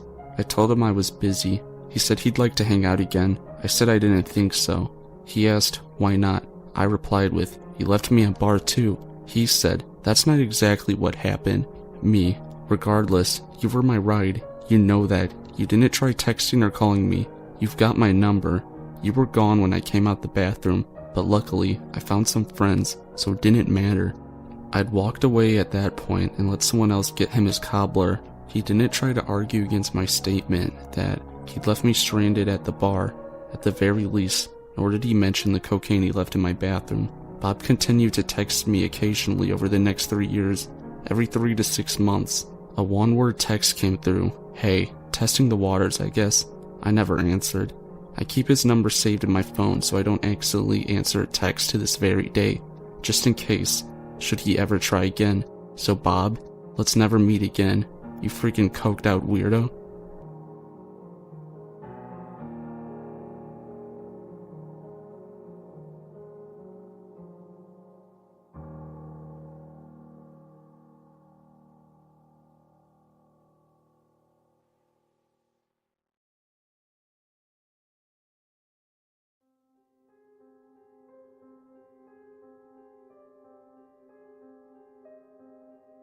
So this encounter won't be like the others posted, because you could say I invited this on myself, and I would tend to agree with you. This might be a long story, I'm sorry in advance. I probably won't go back and cut it down, I'm incapable and long-winded. Just on the edge of rural Maryland, my friend and I went to an infamous mental asylum that had been shut down because of abuse since the 70s, to explore and take pictures. We arrived around dusk, because that is when the sun casted the longest shadows and everything appears to dart at the corners of your eyes. We crept into the parameter and approached the first building that seemed accessible. It seemed to be an old dormitory, but it was pure menacing in the shadows. It was dead quiet and getting darker by the second while we tried to gain entry. All the windows on the bottom floor were securely boarded up, but on the top floor, they were not. We climbed up on a shed, and we were able to knock the top half of the window so that it slid down. What's important is that only the top half was open, the rest of it remained locked tight. It was a really tight fit for us as we crammed ourselves in. When we were in, we put our respirators on, avoiding toxic particles as much as we could, and started poking around. It was super creepy. The rooms had bed frames and chipped dressers, and even various personal papers lying around. As I was happily jaunting, my friend had ventured downstairs. He ran up to me after he had been gone for only a second and said, I think someone's living here. I dreaded this, but had definitely come across homeless people before, so I went with him to check it out. Sure enough, on the stairs, maybe a month or 2 of accumulated human feces. Thank God I had my respirator on. As we got down the first flight, we looked down to the second flight and to the pitch blackness that was on the first floor. My friend looked incredibly tense because he apparently had heard shuffling feet when he came to get me. Hello? Anyone live here? I shouted. I've been through this drill before. We're not the police, we're just looking around. Just holler if you would like us to leave your home. We were met with dead silence, and we both stood there anticipating very nervously a voice on the other end. When there was nothing, I picked up my high-powered flashlight to shine it into the entryway room. Right as I flicked the switch, we heard an unmistakable noise of a man shifting his weight and running across the room, knocking over what sounded to be plastic bottles as he ran. Fuck no, my friend and I didn't need to see it with our own eyes, but we both turned and trailed and bolted, but I peered back as I rounded the corner and caught a glimpse of a very crazy-eyed, filthy gentleman about my size, 6'2", 190 pounds. I ran as fast as I could without tripping. We went into the room we entered from, the only way out. I closed the door that led to the hallway behind me and stood there with a board I had picked up. No way did I want to fight a crazed homeless dude, but my body was in fight or flight mode, and I couldn't flee through the small window gate without exposing myself to a crazy homeless murderer. I stood there with my weight against the door while my buddy tried to widen the window gap. I could hear the man pacing outside. He sounded some distance away from the door, but he was unmistakably walking back and forth. Each time he got near, you could actually hear his fast breathing. I didn't even bother trying to explain again that we weren't the cops. I just barricaded the door with my weight. After a bit, we had to make do, and so I slipped through the window gap as quickly as I could. Not very quickly. Well, he watched my back, and then he followed, a lot more quickly, being a smaller Asian man. After we got out, we told our friends, a pack of girls, about the encounter, then told them we intended to keep exploring. Eventually, we got picked up by security guards, not extremely long after we informed them we had a squatter, and that he might be violent. And when I said that, their faces didn't look too happy.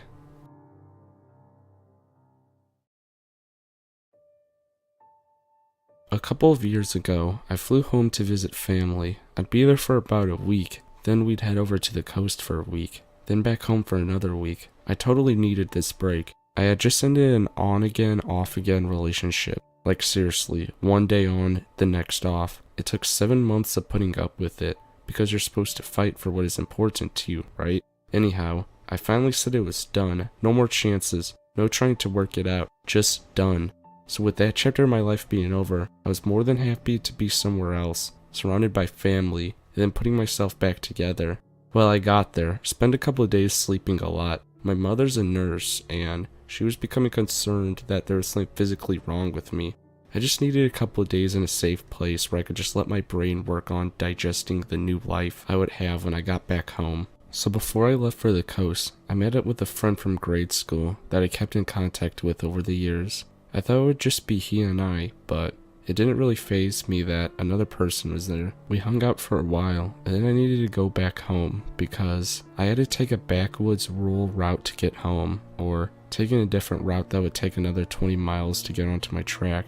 Being backwoods, I needed to be able to keep an eye out for a deer, so I said goodbye and told S.A. that if he was ever in my neck of woods, look me up and we'd grab a drink and hang out. I told him to grab my number for my friend, and out the door I went. After being halfway home, I got this weird queasy feeling in the pit of my stomach, so I slowed way down to be sure enough. There was a deer in the middle of the road. Because I had slowed down, I could see another car out on the road. I couldn't shake the queasy feeling, so I figured it'd be better to cut off and go down the main road because there were more places to stop. I seriously didn't want to stop in some rural farmer's driveway. I watched too many movies to make that mistake. So I get over to the main road and pull into a gas station and sit there for a couple of minutes, trying not to get sick to my stomach. I ran into the store, grabbed some water and ginger ale, and came back out to my vehicle, still unable to shake that queasy feeling. So I started to head home from the gas station, and I knew I didn't want to go straight home, so I drove around, taking this road or that road, until that weird feeling started to go away. Then I went home, read for a bit, and then went to sleep. Next day, everything was fine, and we headed off to the coast. Fast forward 2 weeks, trip is over. I'm still feeling a little fragile over the breakup, but that's all. I figured I would begin the process of cleansing the environment of negative energies, and then work through my baggage that came about the breakup. I knew that there was a lot, and that it would take time. So the next day I'm going about my business, and everything is cool as can be when picking through the junk left behind after a breakup. I'm really doing just mindless things to zone out and not have to think too much about the activity. since my brain was working full time already. A little bit later in the day, my phone rings. I don't get a lot of calls, so I assumed that it might be a family emergency and I needed to answer it ASAP. The area code of the caller, who is not in my contacts, is the same as my cousin, so I answered it without a second thought. On the other end was SA, the acquaintance, the person I had met at my friend's house. It was a little weird of him to be calling me, but I'm not thinking it's anything terribly out of the ordinary. I asked him what was up, and he said he was at the airport. I still find it a little odd, but I said, "Oh, that's cool, where are you going?" He said that he had already landed. Again, I'm distracted and really just want to get off the phone so I could go back to my mental sidestep and zone out while my brain chugged away. So, I said that I hoped he had a good time wherever he was. He then said he needed me to pick him up. "What?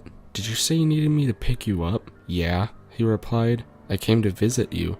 I paused for a second. I know for a fact I didn't show any more interest in him than general courtesy. Even the tossed over the shoulder, "look me up" comment was one of those polite things to say because you never actually plan on seeing them again. Unpause. "Why did you come to visit me?" I asked. He said he felt a deep connection and wanted to be with me. I'm starting to get angry as well as freaked out at this point. I told him I didn't feel a connection at all, and I couldn't believe that he would fly across the country to see someone that he spent maybe 2 hours with. He said that I invited him when I said to look me up. I said, no, that's just a polite thing that you say to some random person that made a very small impression on you. He then said he needed to find a way back since I misled him. Misled him? What the fuck? Me telling him to look me up if you're ever in the neck of the woods had led him to think that was a basis of any sort of encounter that was meaningful. He said he needed a place to stay until he could get money for a plane ticket back. I said that there were more than enough hotels that he could stay at while he got himself sorted out. He told me he didn't have any money after buying the random one-way plane ticket. So, at this stage, I'm flabbergasted, angry, and freaked out that someone would do that on a one-way ticket. I finally caved and said he could stay the night with me while I sorted shit out, but I expected him to be gone later than the morning of the day after tomorrow. So I bring him back to my place, throw pillows and a blanket on the couch, and turn to head to my bedroom, and he asks if he can sleep with me.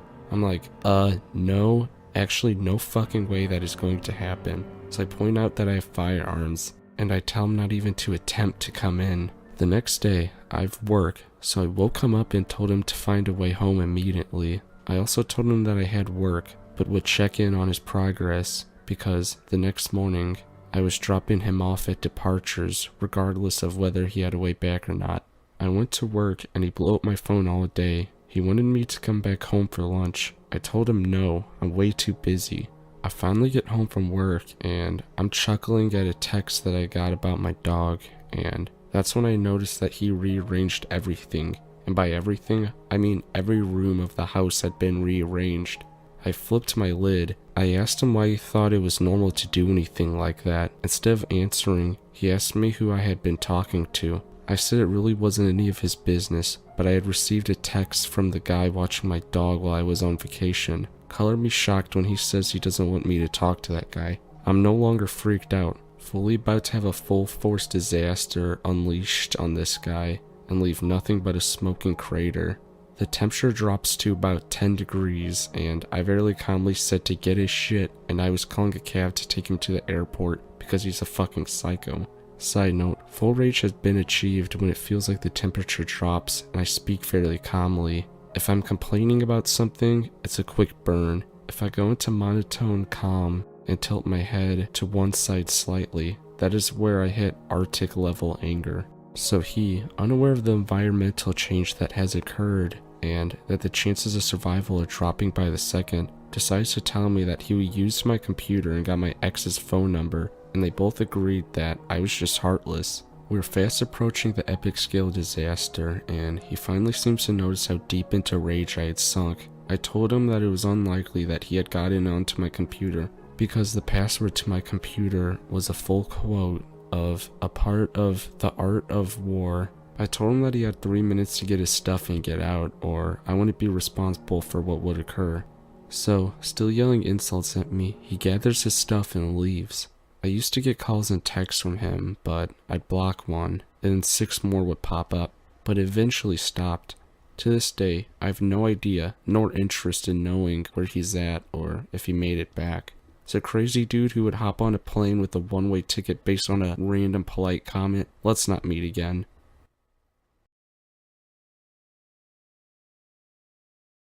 Up until my junior year of high school, I mostly flew under the social radar and stuck to my status as a nerd girl, but when I was 15, I joined varsity cheerleading. My school's cheerleaders weren't popular by definition, but everyone kinda knew who we were, because we were on the announcements, performed at pep rallies, and generally engaged with students a lot. I made a lot of friends that year, and some of them happened to be the cool kids. For a while, I thought this was my payoff, my long-awaited karma of years of bullying I'd suffer from their hands. I even started to develop a crush on one of them, a crush which the junior cheer captain herself volunteered to help me pursue. Homecoming was a big deal where I'm from. I began to fantasize about my crush asking me to go with him. I heard rumors he was planning a dramatic proposal, and as homecoming season approached, I became more and more sure I'd be his date. The junior cheer captain, who was close with him, kept dropping hints that I was right. One day at practice, she asked me what my favorite candy was, and I knew it would be so my crush would know what to give me. You can imagine my surprise when, after an exhausting theater rehearsal, I walked into the parking lot, was confronted by some guy I'd hardly spoken to asking me to be his date. My theater friends all applaud, assuming I was overjoyed. I saw both my parents in the parking lot recording the whole surprise. But, most importantly, the cool kids I'd recently befriended were standing right there behind him, egging him on. I didn't understand why, because he wasn't popular at all. In fact, he was known to be kinda creepy. The junior cheer captain was laughing, encouraging him to give me the box of my favorite candy he was holding. She definitely orchestrated the whole thing. I didn't really know the guy, but I didn't want to humiliate him in front of one of the coolest kids in school, so I faked a smile and rolled with it. I promised myself I'd deny him later, in private, so he wouldn't be embarrassed. Afterwards, my parents excitedly asked me how I felt about the ordeal. I explained how uncomfortable it made me. I said that I got a strong creepy vibe from the guy. That didn't fly with my parents. My mother accused me of having expectations too high. My father demanded to know, not for the first time, if I was secretly lesbian. I never had a boyfriend or shown much interest in dating. To make his case stronger, I just became best friends with the only openly gay girl in our school. Long story short, I knew that I had to shut down my date. I'd effectively declare war on my parents. However, I played my dad's protective instinct against him and persuaded him to let me friendzone my date. After all, he knows how high school boys think, right? I texted my date that night and explained that I only saw us as friends, but would still be happy to go to homecoming with him. He was very polite about it, although I could tell he was interested in me romantically. It seemed we reached a deal until the next day at school, when one of my cheerleading friends referred to my date as my boyfriend. I corrected her and told her we were just going to homecoming as friends. She seemed confused and told me my date was telling everyone and anyone who could listen that I was his girlfriend. A few more of my friends approached me with similar comments, and I confronted my date about them. He denied all involvement and suggested it was just a rumor. I reminded him that I was just friends and had zero romantic interest in him. He said he understood. I got a call from the junior cheer captain. She pretended to be sweet and conspiratorial, but I was still annoyed that she led me to believe my crush would ask me to homecoming. She began her attempt to persuade me that I was wrong to friendzone my date. She said that she spent many afternoons planning his proposal with him, and she knew he was kinda creepy from afar, but he was a sweet and caring guy underneath all that. I said if he was such a catch, she should go on a date with him. Now annoyed with me, she dropped the sweet act. She told me that I had to date him because he liked me so much, and he'd gone through so much trouble to ask me to homecoming. I had to give him a chance because he'd gone out for a limb for me. I told her she was wrong, and I didn't have to do anything I didn't want to do, and I owed him nothing. I ended up hanging up on her soon after that, but that was just the beginning. Starting the next Monday, he would corner me in the hallway and give me a rose that he held in his teeth. He usually did so between my 6th and 7th periods, so when my path through the hall was crossed with his, I was deeply uncomfortable with this and told him so, but he wouldn't stop. I took different routes to escape him, but the junior cheer captain and her gang made a point of tracking me down so he could find me elsewhere. Every time he did this, everyone in the area would treat it as a sweet romantic gesture, despite my obvious discomfort. Wouldn't any girl be lucky to have a boy so devoted to her that he gave her a rose every day? He was still telling everyone that I was his girlfriend too. The final straw for me was when he walked into a class he wasn't in to find me and give me my daily rose. My teacher, who was friends with the junior cheer captain, just let this happen. For weeks afterwards, she would ask me about my date every day. When he came in, I told him to get out and leave me alone. His feelings were clearly hurt, and he left looking like a kicked puppy. My classmates started calling me a cold hard bitch. It didn't matter what I had to say about him. I was an ice queen, refusing the sweet boy's advances. Everyone in the school had decided that I was in love with him, and nobody cared what I had to say about it. My crush, who's a part of the popular group, joined the junior cheer captain in, pressuring me into returning my date's feelings. At every event where the cheerleaders were present, my date would push his way to the front of the crowd. He would get to great lengths to get my attention. At football games, he would wave a flag in the students section so I'd look at him when we were cheering. The other girls would make comments on how endearing he was when he waited in the parking lot by our bus back to the school just to give me a hug and tell me how great I did. I didn't know what else to do than let this happen. I had only recently ascended to the position of visibility. If I conflicted too hard with the cool kids, they were so dead set on setting me up with this guy, I could be an outsider all over again. I hoped that if I kept ranting to my real friends about how creepy he was, and publicly let him do what he wanted, it would all blow over. My school had a 15-second attention span, so some scandal had to one-up me sooner or later. The truth emerged, as usual, in the locker room. It turns out the junior cheer captain had been telling him, during their afternoon together, that I was into him. He'd come to her for help, announcing his crush on me, and she'd gone a step further and convinced him I felt the same, despite the fact that I didn't even know his name. She'd lie for him for weeks prior to the homecoming proposal, and when I told her that she was wrong, she didn't care. She told me that I should be grateful because everybody was starting to think that I was gay. My best friend, the lesbian one who was starting a gay revolution, and I, inspired, spread a rumor that we were dating. After all, everybody already thought I was gay, right? But my date wasn't fazed. In fact, he told everyone that he just turned me straight again. Ew. 3 weeks after he had asked me, it was finally homecoming night. Thanks to cheer obligations and a complete coincidence involving a switch backpack that left me without my dress, I ended up only attending the dance for a half hour. My date awkwardly stood at the side of the room while I danced my heart out to Mr. Brightside. I almost felt bad for him. Right at the end, the junior cheer captain appeared like a summoned demon to suggest we slow dance at the next opportunity. Thank God I escaped that one by walking to the DJ and suggesting he play Footloose. My date walked me out to the parking lot to wait for my mom to pick me up. While we waited for her to drive around, which took entirely too long because she still hoped I'd stop making a fuss and date him, he asked me out. I politely declined. He quickly stammered that we could go with a group of people, like the junior cheer captain and my crush.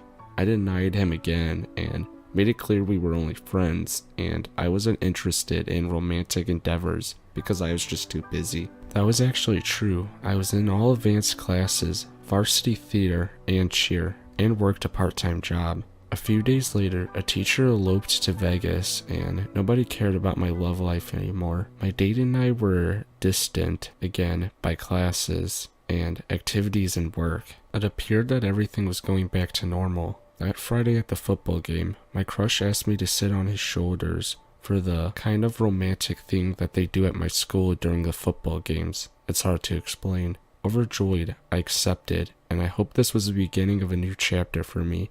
I ignored the frantically waving flag in the stands. Monday came around, and my date stood on a chair in a second period class and announced that everybody should be wary of my crush because he would steal your girl. I heard everyone buzzing about it a few hours later when someone called me a bitch again for breaking my date's heart. I knew I was being dramatic, but I decided not to go to lunch that day, terrified of running into him. I'm so glad that I didn't. Later, I saw on Snapchat that my date had carved my name in his arm with a pair of scissors. His bleeding arm was screenshotted and sent to me by half a dozen people, most of them demanding why I'd hurt him like this. He did it in the middle of the lunch in a crowded cafeteria, and somehow no administration noticed or cared. The school was buzzing. My date was a broken-hearted victim, and I was the evil, secretly gay bitch who wouldn't give him a chance. I got so many dirty looks. By 5th period, I was ready just to walk out. But my good girl instincts kicked in, and I decided to tough it out for 2 more hours. Around that time, I got a panicked text from one of my cheer friends. Well, she'd initially been insistent that I date the creepy guy. She apparently changed her mind after lunch and the incident that happened. She told me that my date, who was in her 5th period class, was going off the rails. He had started out by saying he wanted to kill himself because I wouldn't love him. This had escalated to saying that he'd kill my crush for lying to me and stealing me away. Finally, he'd started talking about how he knew where I lived. My parents had given him my address when he initially wanted to ask me to the dance at my house, and he would make me pay for wronging him. I knew that after 6th period, our paths through the hall would cross. Since the beginning of this ordeal, the school had cracked down on students getting outside, and my alternate route to escape him was no longer an option. My class at the far end of the hall was nowhere to go but into the central hub, and he would be coming from the other end of the hallway towards mine. I was stuck up a chimney, basically. Desperate, I texted the junior cheer captain to finish what she started and tell him that I was not and had never been interested in him. She'd made this mess, and I would make sure she had to clean it up. She said she'd go to the counselor, but she didn't know what else to do. This was way beyond her control now. For the first and only time, I skipped class. I hid out in the theater hall and waited for 7th period. I got a few texts during the passing period that my date was waiting for me by the bathrooms. There was a little alcove right there where you can't see people coming around the corner, and the thought of him hiding there and waiting for me to walk by alone horrified me. Right before 7th period began, a few of my classmates burst in, cackling and proclaimed that my date was coming down here after school to kill my crush. They thought it was hilarious, but judging by the look on my crush's face, this wasn't a joke to him anymore. Our teacher brushed this off as typical theater drama, pun fully intended. I watched the clock and tried not to cry, knowing that by the time the bell rang, my date would be outside, waiting for me and my crush to emerge. That day ended up being a work day, so my crush and I were able to escape the classroom and hide out elsewhere in the theater hall to get away from him. He opted for the black box theater, and I went for the lighting closet. Obviously, I didn't witness what happened, but my best friend filled me in afterwards. Allegedly, my date turned up 3 minutes before the bell rang and stood outside the classroom where we couldn't see him, and when we opened the door, he told everybody staying around that he was ready and had a knife with me to kill my crush. We don't know if he actually had a knife or not, but the idea that he might was enough to terrify me. His arm was wrapped in paper towels that he was bleeding through. My best friend told him my crush and I were gone, but he didn't believe her. He stood outside for 25 minutes until the administrators started walking through to make sure no one was at the school who shouldn't be. My date was in the theater, so he wasn't allowed to stick around. That night, I texted him that not only would I never date him, but I could no longer even see a friendship between us. I sent him a number to a suicide hotline and told him to get help. Finally, I told him he needed to learn what no meant, and I never wanted to speak to him again. He responded that he was sorry and asked if there was anything he could do to fix this. I told him no. I still don't think he learned the meaning of the word after all, because the same pattern repeated itself a few months later on Valentine's Day. The next year at homecoming, senior year Valentine's Day, and prom, but those are all other stories. I've since graduated and went off to college, hundreds of miles away from him. My family back home moved from the address my parents gave him. Contrary to popular belief, I'm not gay. My crush, on the other hand, came out a few months later, and we were friends for the rest of high school. I'm working on handling romantic endeavors in a healthy way, but he had got to my head. He was the first person to ever show interest in me. Ironically, the last time I saw him was my first and only homecoming game after graduating, but this time, I had true friends to defend me when he predictably tried to pull some weird stuff with me. The worst part, looking back, was somehow being at fault for everything. To this day, people from my high school reference the whole ordeal as the time you wouldn't date that poor shy kid. I can't even appreciate red roses anymore. So homecoming date from hell, let's never meet again.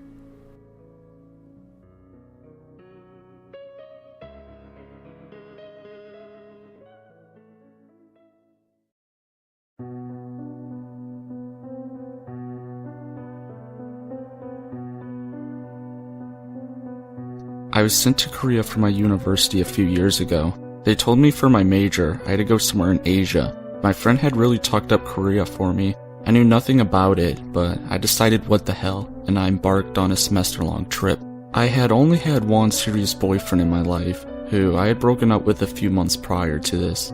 I also don't enjoy one-night stands, and wasn't digging the dudes at the clubs in Seoul, but I still wanted to have some sort of romantic experience. So my friend recommended that I use a dating app to meet English-speaking Koreans. That way, I could meet someone and experience the actual dating culture there. I thought I'm young, so why not? I was so eager to have new experiences.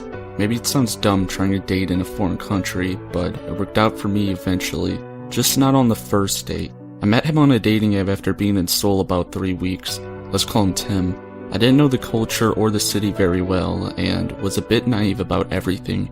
He eagerly wanted me to go for a date after talking to me, and he seemed really nice. I should have asked more questions to him, and I should have noticed that he was not giving me many details about himself. Tim was a guy a little bit older than me, but claimed he was a college student. I assumed he had done his military time, as all Koreans have to do it, and just returned to school afterwards. We had talked for a bit and then decided to go on a tea date near the school I went to. He wanted to come to my dorm originally to pick me up, but I live in an all-women's dorm, and I didn't want him to know exactly where I lived since we were still just strangers. So instead, I insisted we meet at the town center near the subway. He really didn't like that idea, which looking back was totally a red flag. But eventually, I just insisted. The night of the date, I waited an hour for this guy. He was very late. Tim weirdly claimed that he just wanted to make me wait. I thought he was kidding and messaged him the laughing emoji, assuming he was just lost. When he finally arrived, he was much smaller than I thought, but a man's height has never been something that I cared too much about. He was also quite thin. Maybe I'd let my guard down because I didn't seem as physically threatening to me, which was a mistake in the end. Right off the bat, he was way too touchy with me and breathed creepily and heavily. I was so off-put with his demeanor. I'm usually very tolerant with different personality types, but this was very odd to me. I had been told that Korean men would be polite and not so touchy on the first date. He was also dressed oddly like in business attire for a date, but I thought maybe it's just a Korean thing. Again, I was dumb and knew jack shit about the culture. Then, the first thing he said to me was, "You're not as white as I thought you were." I thought this was a translation error, but his English was near perfect. So I asked for clarification, and he said what he meant. "I thought you would be more white. Your skin's darker than I thought, and your eyes aren't as green. Are you pure European?" Now I was officially weirded out. First of all, I'm pretty much as white as you can get. I'm Irish and Scandinavian, so white as hell basically. So the fact that he thought that I could have possibly been whiter was funny. Why did he care about it in the first place though? Why does my skin color matter to this guy? Why was he bringing it up? He asked about 3 times on the date how he wished I had greener eyes, and every time I would just reply, "Well, maybe my online photos make me look brighter," and brushed it off as him being nervous and trying to start a conversation. Isn't it funny the dumb excuses you make for people when you're kinda panicked? When we arrived at the tea place, I tried to order a basic raspberry tea, and he stopped me and told me that he wants me to have the specialty. I thought it was weird he wanted to choose my tea for me, but in my head, I brushed it off again. He really insisted I only drink this tea type, and I just decided to agree. These small details become weirder later. After the tea, he asked if he could look around my school. It was dark, but the school is very well lit, so I agreed. And the whole time we walked around, he would randomly stop and grab me for very long hugs. At first, I just let it happen, but then I stopped him. But he just kept trying more and more. He kept grabbing me and breathing hard into my neck. It was so awkward. He also would not tell me any personal details about himself. I asked so many questions, desperately trying to distract from all the awkward grabbing and try to get to know him, but he would never tell me anything. He even said at one point, "I'm a mysterious man," like it was some kind of movie line he had set up. He also told me something like, "You look so much like my favorite movie character," and when I asked him who, He said that I would have to figure it out on my own. Finally, he randomly said, "I want to go to a dark area," and in my head, I screamed, "Hell no." At this point, I wanted the date to be over fast. He somehow knew that there was a wooded area behind my campus, and he said we should go there. I told him no, and that I wanted to stay near the main campus in town, but he kept pushing. Finally, he grabbed my arm and started dragging me there. He said, "I can't let anyone see," and then I started to panic. I finally ripped my arm away and just demanded that we leave and go back to the main road immediately. Looking back, I don't know why I didn't ask for help or get angry. Maybe I was just scared, but I just began to book it back to the main road, and he followed. We ended up in front of the hospital near the center of town, and I told him it was time for him to go, and I made some excuse, and he was pleading with me to stay. I told him we could meet the next day. I lied, of course, and I would message him. I just wanted to get away from him at this point. I was pretending it was all okay, just so he would leave me alone. Suddenly, he's leaning in to kiss me, and I immediately think, oh god no, but it was so much worse. Instead, I felt pain in my face. It takes me seconds to realize he was biting my face. It was like a dog. I had never felt that sensation before. He leaned his head sideways and bit me on my nose and my cheek as hard as he could. I screamed and pushed him away from me. His face looked so freaky, and I barely had time to react in words. Instead, I ran up the sidewalk until I saw a convenience store on the right. I ran to the back of the store and bent over and started to cry. The man who owned the store started to yell at me, but I couldn't explain my situation. I just begged him in English to let me stay. I ended up having to buy a popsicle to stay around. God, I wish I learned some Korean by then. I guess Tim didn't follow me. I peered outside the store and I didn't see him. I texted a friend and waited on them to take me back to my dorm. On the way, I messaged Tim and basically told him to stay away from me. I told him that he was a creep and that he shouldn't bite women and something along the lines of calling the police, and then I blocked him. I was so scared to walk around my school area after that. I was so afraid he would find me somehow. I'm so thankful I never let him pick me up from my dorm. I called my mom to tell her what happened, and she suddenly said, "Wait, what did he ask you?" She then put some details together and realized that all these weird things had to do with the 50 Shades of Grey book. At first, I thought she was just being silly and overthinking a bad date. I thought she was joking, but oh my god, she was right. She had recently seen the movie or read the book or something. She just knew the details. The eye color, and the way he was dressed, and the tea he made me drink, and the random lines he said, it all matches the books and movies. I guess he did it all for some kind of dirty little fantasy he had. My mom thinks he picked me because I look like the girl in the movie to him. It explains why he was so fixated on my appearance, and his whole thing with biting and trying to dominate me. Even if it wasn't his intention, I later learned that there were some creeps who seek out foreign girls to dominate, have sex with like a prize. They call it riding the white horses or something along those lines. On a happier note, this bad experience didn't stop me. I eventually met someone else in Korea and we ended up falling in love. We even did the whole long distance thing. And now I'm living in Korea studying and working, hoping to marry soon. So I guess I didn't let bad creepy guys stop my life. As for Tim, let's not meet. It's been years, but I'll still kick your ass if I see you, and I won't have to bite you.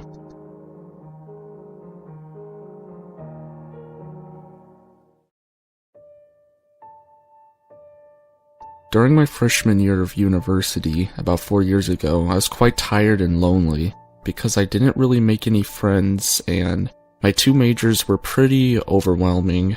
To pass time, I was browsing Reddit quite often. I even submitted an ad to find people to talk to. I get several responses, mostly from the US, though one was from my European country. It surprised me a bit, since not many people there knew what Reddit is, but I was also glad I met someone local. This guy seemed cool. He worked for a global IT firm and played piano, just like me. We talked, we exchanged a few emails, and it felt nice. Then, one day, he told me that if I passed my last exam, we'll have a date. Quite pushy, right? I didn't want a date, to be honest, but I wanted to meet him.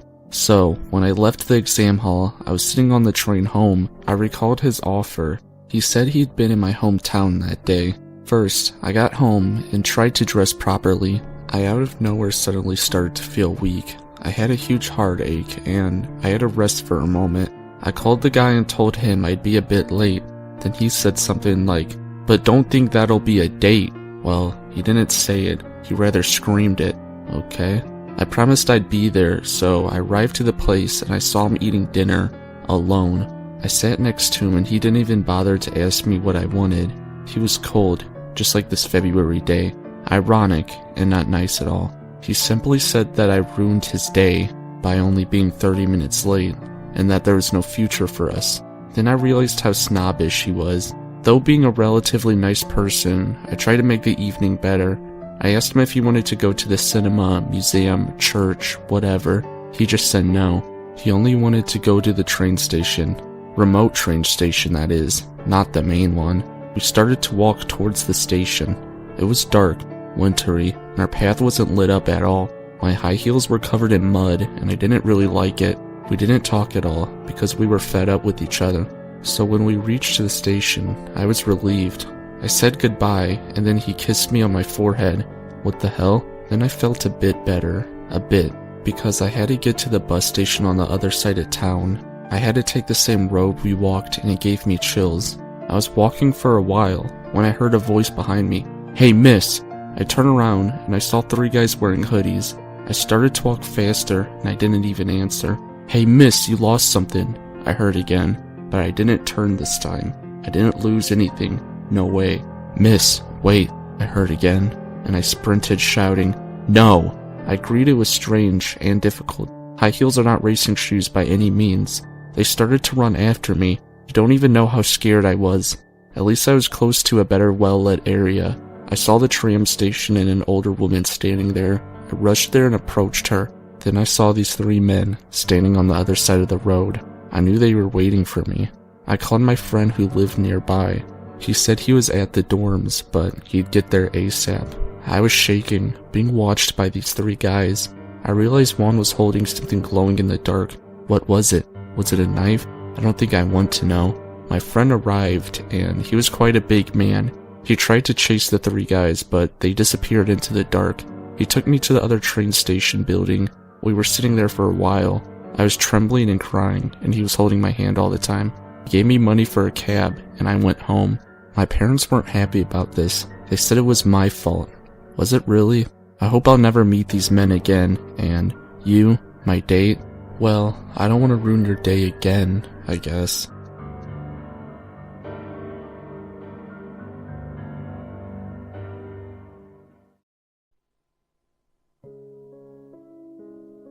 This particular experience was obviously not life-threatening, but it was a doozy of a night, y'all. I'll let you guys be the judge. And sorry for the formatting, I'm on mobile. Background. This happened about 7 years ago. I'm female, 5'2", and petite, so I try to be extra careful because I have some pretty close calls. This night, I clearly had a lapse of judgment. Also, I do not do hard drugs, but during my college years, I drank a fair amount and smoked copious amounts of marijuana. Anyways, here's me presenting to you my date from hell. I waited tables for 7 years, working my way through college. I served all kinds of people during that time and grew very comfortable with working with the general public, playing up small talk, putting on a friendly demeanor, and more importantly, waiting the hell out of some tables. I was pretty good at my job, so I enjoyed my work most of the time, aside from the occasional douchebag customer.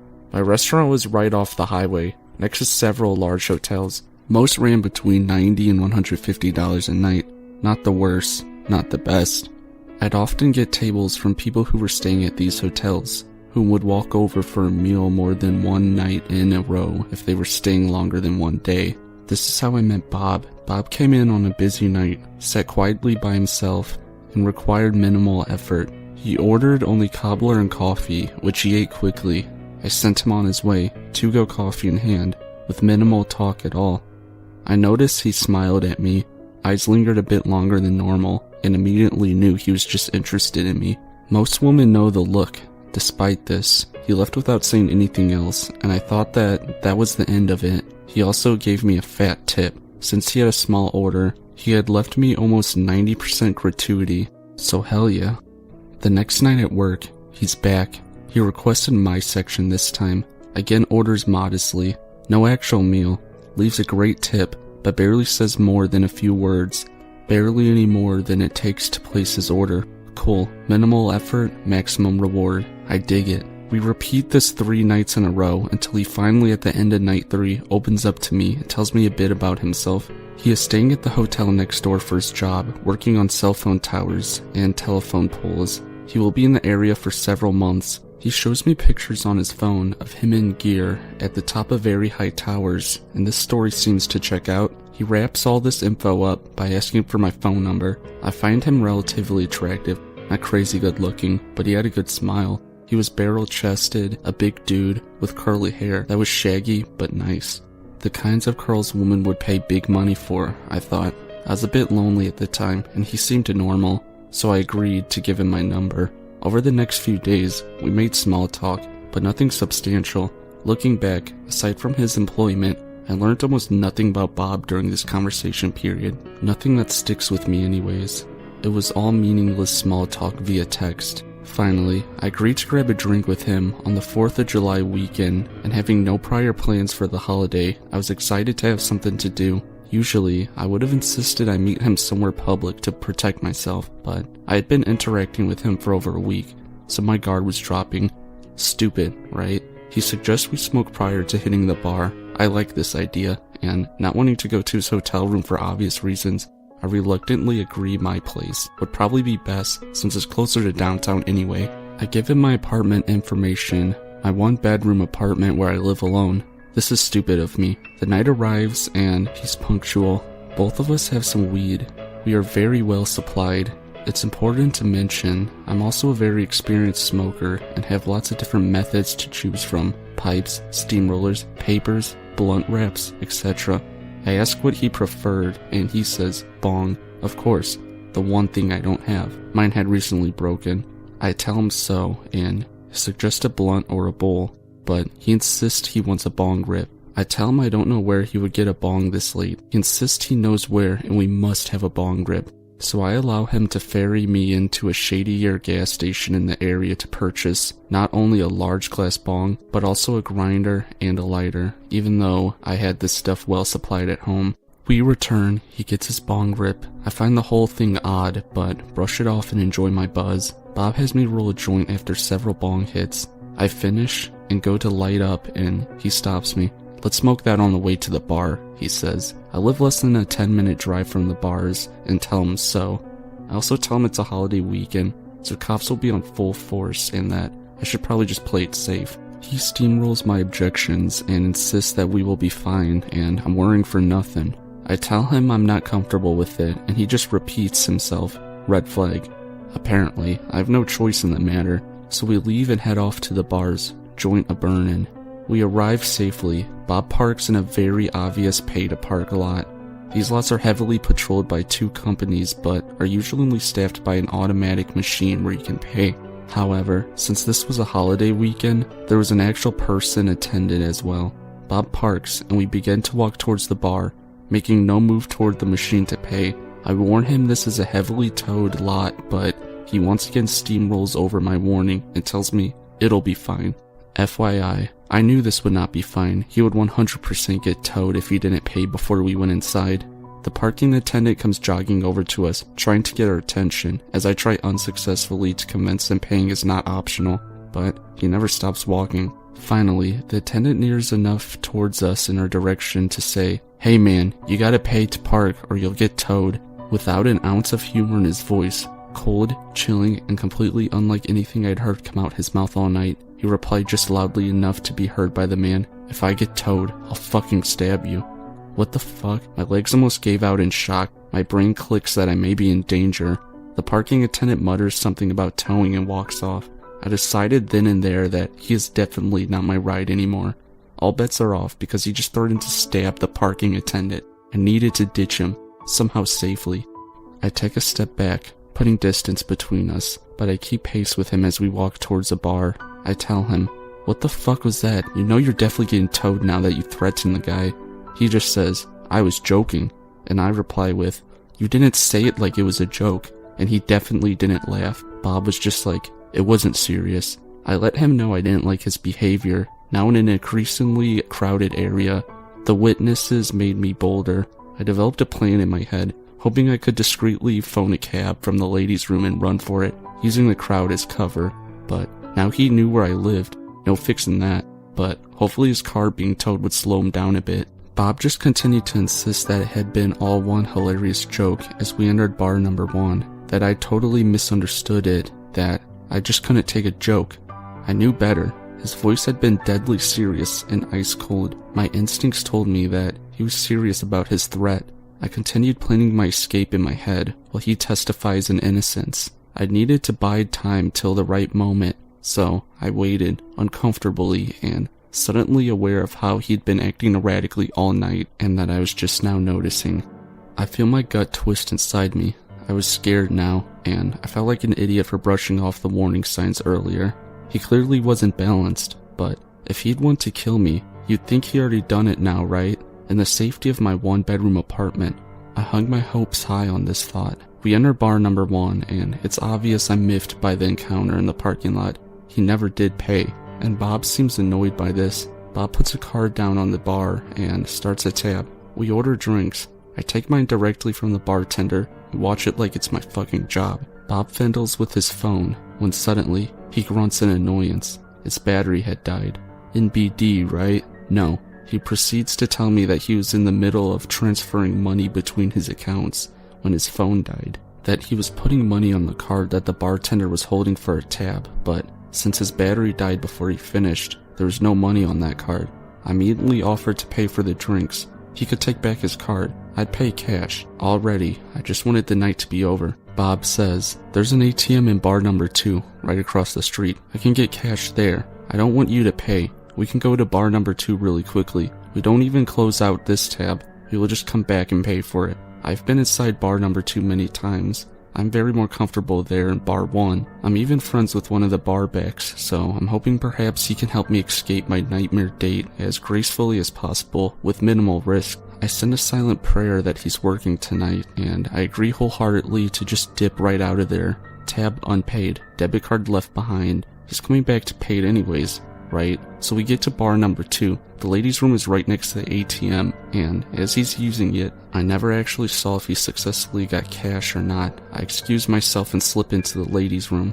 I must be the luckiest chick in the world, because my friend Heather, bless her soul, came stumbling out of the stall behind me as I was staring hopelessly into the mirror above the sinks, silently cursing my own stupidity and wishing I was anywhere else but this current predicament. I was saved. Relief washed over me in a wave, and I ran into her arms and hugged her violently, telling her about my weird date, how he'd been erratic all night and threatened to stab the parking attendant not 30 minutes ago in this creepy-ass voice.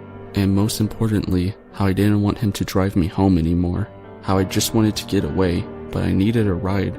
Heather turned out to be out with her husband and friends, some of which I actually knew. We made a plan. She'd walk with me over to the table, and I'd sit with them. They'd keep an eye on me as I explained to Bob that I wasn't feeling a connection. I wanted to finish the night out with my friends. They'd keep me safe and drive me home later. We planned the whole speech, but I never had to use it. I walked out of the bathroom door, and he was gone. I didn't see him again that night, nor did he text me. Heather filled everyone in, and the guys were really sweet about it, putting me at the center seat, so I was obscured from view mostly by passerbys. A sick feeling in my gut tells me that he stuck around and watched me join the boys at Heather's table, and maybe even sit a little low in my chair. My friends took me all the way to my door that night after the bars, making sure I was safely inside. Left alone on my coffee table, there was the glass bong, brand new grinder and lighter Bob had insisted on buying. Probably paid $60 for, then maybe only took 3 hits off. The worst part, when I walked into my bathroom after kicking off my heels, having just got home, I noticed a small glass thing on the side of my bathtub, which I noticed as I sat on the toilet to pee. I picked up, and it was the size of a tub of lip balm, but fatter and rounder. When I inspected it closely, I found it to be full of loose white powder on the inside.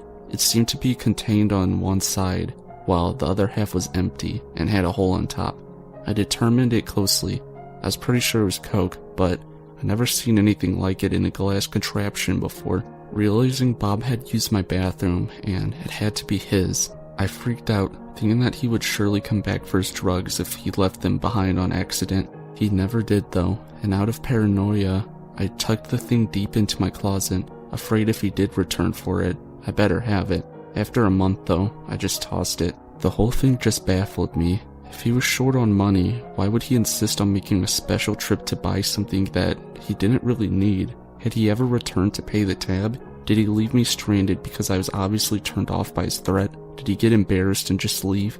He certainly didn't seem like the type, but I clearly made a misjudgment about him somewhere. Was he just impossibly a coked out dude? Like, what the hell was that?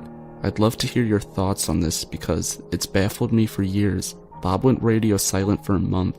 Then he texted me 3 times in 1 week. I didn't respond. The next week, he showed up at my work, requesting my section again. I was shocked to see him, and he'd spotted me already, so I decided to speak to him at least, but give the table away to another server.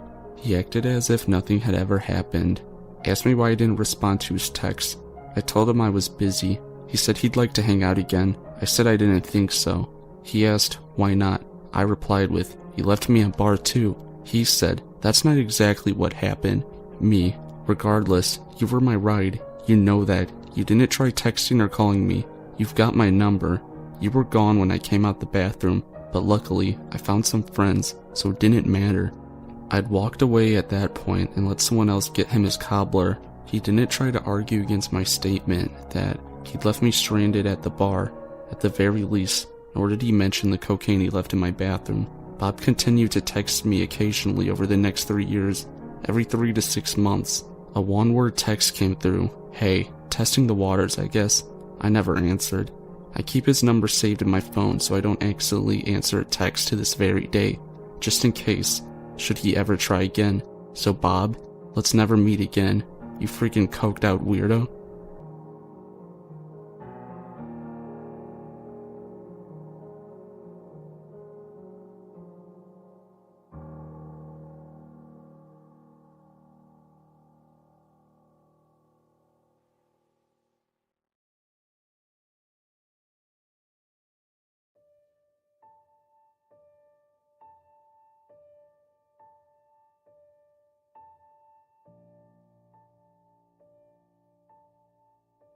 So, I'm currently a sophomore in college, and the bar scene here is pretty big. Going out for the night to get special deals on alcohol so you can get plastered with your friends is kind of the go-to here. Despite this, I'm not a huge drinker, and I don't enjoy it a lot because it tastes bad and it hurts my stomach. I do enjoy the company though, and often go out with my friends to meet new people. A lot of times, I'm called the dad of the group because I end up taking care of them all. That's the prelude to what happened when I decided to go out with them one Friday night. So we all got dressed up, pre-gaming a bit at my friend Q's apartment before we Ubered downtown to one of those pretty well-known college bars/clubs. After we got in, my friends immediately split off into tiny groups, combing over the club for girls they wanted to try taking a shot at to spend the night with. This was going to make me sound weird, but one-night stands aren't really my thing either, and I don't want to end up cock-blocking my friends. So instead of looking for girls, I usually find someone at the bar to make friends with. So I was chatting with some dude that was wearing a cowboy hat when eventually a girl approached me. She was pretty cute, probably 5'6", with dirty blonde hair and eyes I think were light brown, but they were so light, almost gold, which threw me off a bit. She asked if she could buy me some drinks in exchange for being her friend for the night, and I of course accepted, because hey, that's what I came here for anyway, right? Anyways, she kept her word and we started talking to each other. And she introduced herself as Alexa, but to call her Alex for short. I asked her some basic questions about if she came with friends, if she went to college here, etc., to which all the answers were no. That struck me as pretty odd, as it's honestly pretty unsafe to be in the downtown area alone as a girl at like 1 a.m. in the morning. She said she wanted to hear about me though, and actually seemed pretty excited to listen. It felt like a really nice change of pace, because usually I'm the one learning about the other people, not the other way around. It also could have been the alcohol starting to take effect, since I'm a pretty big lightweight. As I said before, I don't really drink that much. The whole time I was talking, she stared into my eyes and had this warm smile that made me feel so acknowledged, if that even makes sense. I felt like she was enjoying her time as much as I was. and that just made me even happier because I thought it meant I had made a new friend. That was when her demeanor began to change though. She started to get kind of flirty and eventually asked if I wanted to go home with her. Like I said, I'm not really a one-night stand guy, and I explained I like to get to know people a little better before sleeping together. I'm pretty sure I saw what I think was anger flash across her face, but it was quickly replaced with another smile, and she suggested going home and watching a movie instead. I agreed and pulled out my phone and began to order an Uber, but she basically grabbed my wrist and started guiding me outside. I was confused, trying to ask if she was planning to drive after drinking, but she wouldn't really answer me. We eventually got outside the club, and she pointed to a black Honda Civic parked right at the front of the club. That was when all the warning bells rang like a tornado had passed through them. I was pretty drunk at this point in the night, maybe 6 or 7 drinks deep, but still aware enough to see the red flags. She said that she had came alone, but the lane her car was parked in was only for pickups, and I never saw her order an Uber. Somebody must have been waiting to drive the car. This was enough to make me uncomfortable, and I asked again if she was planning to drive the car. She said yes as she continued walking me closer to it. I knew that was a bald-faced lie, and as we got closer, my heart sank as I noticed the outline of 3 other guys in the car. At that point, my adrenaline kicked in, and I yanked my hand away from her and said there's no way in hell I'm getting in that car with her. She tried begging me one more time, saying she really wanted to have sex and would do whatever I wanted, but I already had turned her down and began to walk back to the club. She started cussing me out, practically screaming at the top of her lungs as I walked back up to the bouncers to go in. I texted my friends what happened, and we all met back up and went home. It was obvious she was going to college bars, trying to get guys drunk before offering to sleep with them so she could get them in the car with the 3 other men and rob them, or do God knows what else. I called my city's anonymous tip line and left a detailed description of the girl, car, and place where it happened. That night was a real wake-up call for me, and I'm so thankful that, despite being drunk that night, I was able to piece together what happened before it was too late. Please remember to always be safe when you're going out with your friends, especially when it's late at night or if alcohol is involved. But to Alexa, who I saw that night in the bar, let's not meet again.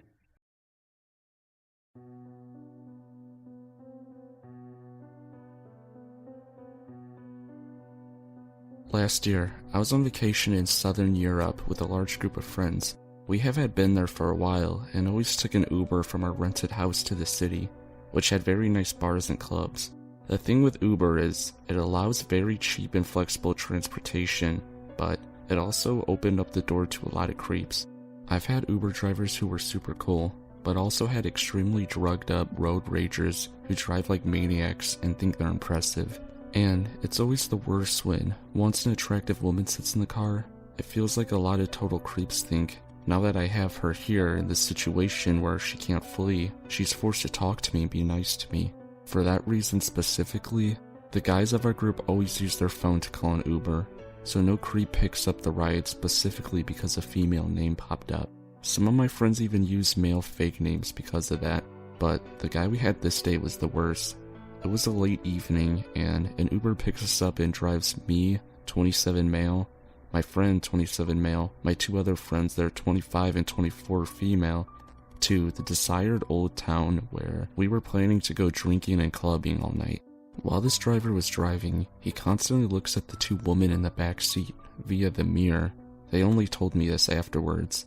He kept starting conversations, but basically only addressed to the girls, who left answering to the guys, who had short, non-detailed answers, basically signaling that 1. We don't want to talk, 2. Don't think he needs to know our plans. To us, he seemed way too pushy, and he wasn't really that big on hygiene, giving off the classic, this exactly is the scenario why we don't like booking Ubers vibe. Meanwhile, we can't wait to arrive to our destination and get out of this uncomfortable, but not super horrible situation. But that shit did not last for a second. When this guy didn't stop on the road, but instead pulled into his parking spot, he started fumbling with his phone, and we were wondering why he parked and didn't just drop us off on the road, but we just thought, alright, well that's weird, let's just get out, and we left the car. To our surprise, the guy then turned off the car and got out as well. We saw that as a red flag and just started walking away towards the bar area of town without saying a word. Cars can't enter the old town. After about 400 feet of walking, we reached the gates. We stopped because this was the meeting spot for the other half of the group, who took a separate Uber. And we found the guy, and he was fucking following us, but he stopped as well at the gate. You know the classic circle people form while talking, where one guy's kinda just standing next to you because people don't let him in? Yeah, we did that to him. We started making conversation about how long the others were taking to get here, where they were, and etc. But this guy keeps throwing in comments as he is part of the group. Oh cool, even more people? This must be a great evening. He had broken English, but it wasn't that bad. Then, we text our friends in the group chat that we are changing the meetup place to this bar because the fucking Uber driver is following us around and we want to lose him. So one of us start leading the group at a quick pace through the streets. The streets are very small, there's lots of people, and tall old town buildings all around them. We make turns at every corner, trying to lose the guy, but he follows. We finally reach a big plaza where hundreds of people were closely together, basically queuing to enter the narrow street up ahead. We pushed through like rude douchebags and successfully lost the guy. Finally, we could head straight to the bar after a detour and linked up with the other part of our group. 2 hours pass. Life is good. We decide to head to another bar a bit further away because the drinks and prices kinda sucked at this one. We all had 2 drinks in that bar, and guess who's walking through the door and stands next to a table? That guy. Hey guys, he says. At that point, my friend, 28 male, who's good at communicating, and frankly quite big, tells the guy that we want to keep to ourselves. We have no interest in hanging out with him, and asks him to please leave us alone. Fortunately, the guy says it's no problem and leaves, but unfortunately, at around 3 a.m., while dancing at a crowd in the club, the same guy announced his presence by tenderly pressing his body against the back of one of the girls, 24 female, who he was staring at through the mirror in the car. The girl's boyfriend, 27 male, recognizes the guy and gets angry as fuck, grabs him by the collar, and essentially tells him that if he keeps following us, he'll get the shit kicked out of him. A bouncer sees this and approaches them. I start talking to the bouncer, who is super annoyed by everyone intervening at first, but after hearing how this guy stalked us from his car to the club, just asks the Uber driver a few questions, then proceeds to throw him out. We stayed a little bit longer, in hopes of him not waiting for us. After a while, we reported the guy for being a creep on the app, then we called another Uber. Thankfully, it wasn't him this time.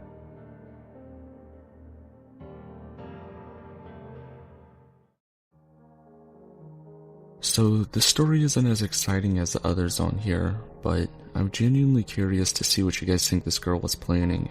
So I was traveling in Taiwan when I was 21, and went out to a bar with a few guys I met in Taipei. I'm an American guy, and there's a middle-aged Italian chef, Canadian that worked in finance, and a Welsh guy. This Welsh guy's a bit important, as he's the main proponent for this following girl we met. He was visiting Taiwan from his mainland in China, where he lived full-time and had a girlfriend he couldn't stand back there, so he was really hungry to cheat. Anyway, we were at the bar in downtown, and I spotted a girl who was sitting alone, so I thought I'd invite her to our table. Turns out, she was actually there with someone, but he was inside getting drinks. Either way, we invited them both over to join us. They were both Americans. She was from Boston, and I remember they were both pretty young. I'm not certain of the girl's age, but I actually remember the guy's age being around 20. We learned of that via the reason he was in Taipei, which was the first red flag for me. He was escaping the US because he had had sex with an underage girl, and I'm not sure of the details, was waiting for her to turn 18 before he went back to the US because her parents called the police on him. Fast forward a few hours of her rambling about how she wants to help underprivileged people, and I'm ready to have a change of scenery. She excitedly insists that we go to a bar that's nearby. In fact, she mentions that she has 3 girlfriends who are waiting there at that bar right now. I felt a bit suspicious of her already, but I actually heard great things about this bar from the other people, so I figured it would be okay. As we arrive at the new bar, it ends up being closed. Instantly, without even checking her phone, She tells us that actually her friends are at a different bar, but for this one we should take a taxi. That's the end for me, and I let the guys know that we need to get out of here because she was being very strange, and we were all getting into the less populated part of the city. Luckily, we had too many people for one taxi, so we get the address from her and agree to meet her there. We load up in our own taxi and go straight to a different bar. Once she realized we weren't coming, she starts to message the Welsh guy, because we had all exchanged Facebook information before, and starts begging for us to come meet her. She told him that her friends are there and they wanted some guys to hang out with. To my shock, this guy even tries talking us into it. We all refuse and just continue the night at this other bar. Throughout the night, she didn't stop messaging him and even began to message me and the other guy. I asked her to send me a picture of her and her friends, and she quickly responded with a picture of her with 3 girls. But seriously, she had a different outfit on than we saw her in before. Eventually, she sends us messages saying she's back at the original bar, waiting for us, and that her friends are getting tired, but still really want to meet us. Finally, we convince the Welsh guy to stop responding, and wind down the night. This gives us the creeps a bit, but the best part that happened was in the morning. When I was having breakfast, I was recalling the strange girl to a Danish guy I had met. As soon as I mentioned how she tried to lure us into a bar, he said, "Oh wait, was she from Boston?" And apparently, she had done the same exact thing to him and some friends the previous weekend. I'm curious to think, what do you guys think was her plan? Or was she just kind of crazy?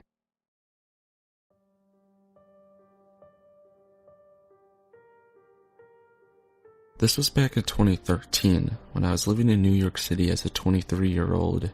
I was living with my best friend from college in the west side near Times Square and K-Town. I was going through some tough times back then, and was unemployed at the time. I had lots of time, so I would go on walks by myself to clear my head from time to time. One night, I was feeling especially depressed, so I decided to walk down to K-Town to grab a drink by myself. I'm Korean, by the way. I walked into a Korean bar and got some weird looks from the waiter as I asked for a table by myself.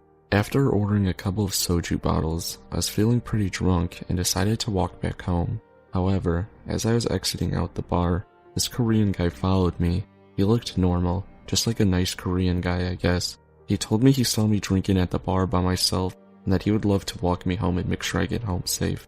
I politely declined. After all, my apartment was pretty close. But he insisted, and he looked so harmless that I decided to take him up on his offer. We walked for like 10 minutes, I think, and it was quite pleasant. We were both a little drunk, but I remember talking about all sorts of things, nothing too personal. When we finally arrived at my apartment, I thanked him and wished him a farewell. Now, my apartment was a 5-story walk up, and there was a main door where we needed a key to get into the building, and there was no doorman.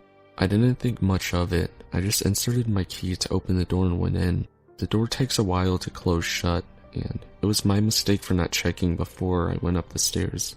While I was approaching the 2nd floor, I heard someone grab the door from closing, and I heard footsteps coming up the stairs. I literally got goosebumps all over my body, and I felt like I was in danger. As I started to pick up the pace, I heard footsteps going faster up the stairs. I lived on the 5th floor, and started to run up, clutching my keys in my hand. The guy started to run up the stairs as well, and I can literally hear him getting closer and closer to me. This all happens in a couple of seconds, but it felt so long. I finally got to my floor and tried to open the door. I looked back and literally saw the guy's head on the staircase. I rushed to the door to open it, and I managed to close the door right on his face. My heart was beating so fast, I didn't know what to do at that point. It was already 3 a.m. and my roommate was asleep. Luckily, he didn't knock or anything, so I decided just to go into my room and hope he's gone. Around 7 a.m., my roommate woke me up. She said that there's a man standing out our front apartment door. My heart sank, and I explained the whole situation to her. She and I went to the door and screamed that we were going to call the police if he didn't go home. I looked at the peephole, and he told me he would only go home if I gave him my number. We then called the police, and we saw him being escorted out shortly after. My roommate had gone to work, so she left me in my apartment alone and called me a few minutes later. She told me she saw the guy speaking to a police downstairs. Apparently, he tried to lie to the officers, saying that I'm his girlfriend and that we got into a fight. My roommate went up to them and explained to officers that I do not have a boyfriend and that she does not know him at all. The police let him off with a warning. After about 2 hours later, I heard a buzz from my main door downstairs. Maybe it's the police. Surely it can't be him. So I answered the intercom, and I was shook. It was him again. "Just give me your number and I'll go away," he said. I warned him that I was going to call the police again if he doesn't leave immediately. A couple of minutes later, I heard furious knocks on my door. He must have gotten in when someone was entering the building. I was so scared at that point, so I immediately called the police. Unfortunately, the guy ran away before the police got there. The worst part about this experience was that my roommate and I were so scared to leave and come back into our apartment. I would have anxiety every time I come home, worried that I might see him in front of our apartment door. For about a week, the police escorted us when we felt scared. Bless them. I never saw him again, but it was one of the scariest moments of my life. This creepy stalker dude, let's never meet again.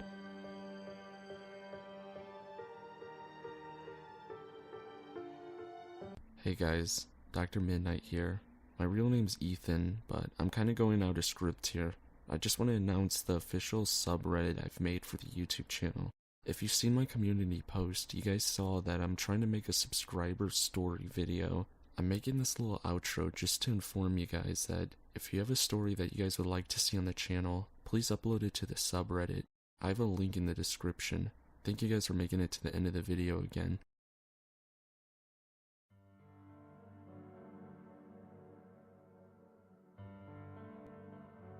For some background, we were all mid-20s girls from the Midwest. The first of my friends was getting married, so naturally, a bunch of us went to Las Vegas for a bachelorette party. Having never been to Vegas before, we were having a blast. This story begins on our last night out. We were at this pool party this day, and one of the girls, Brittany, got completely plastered, so she had to be taken home and put to bed.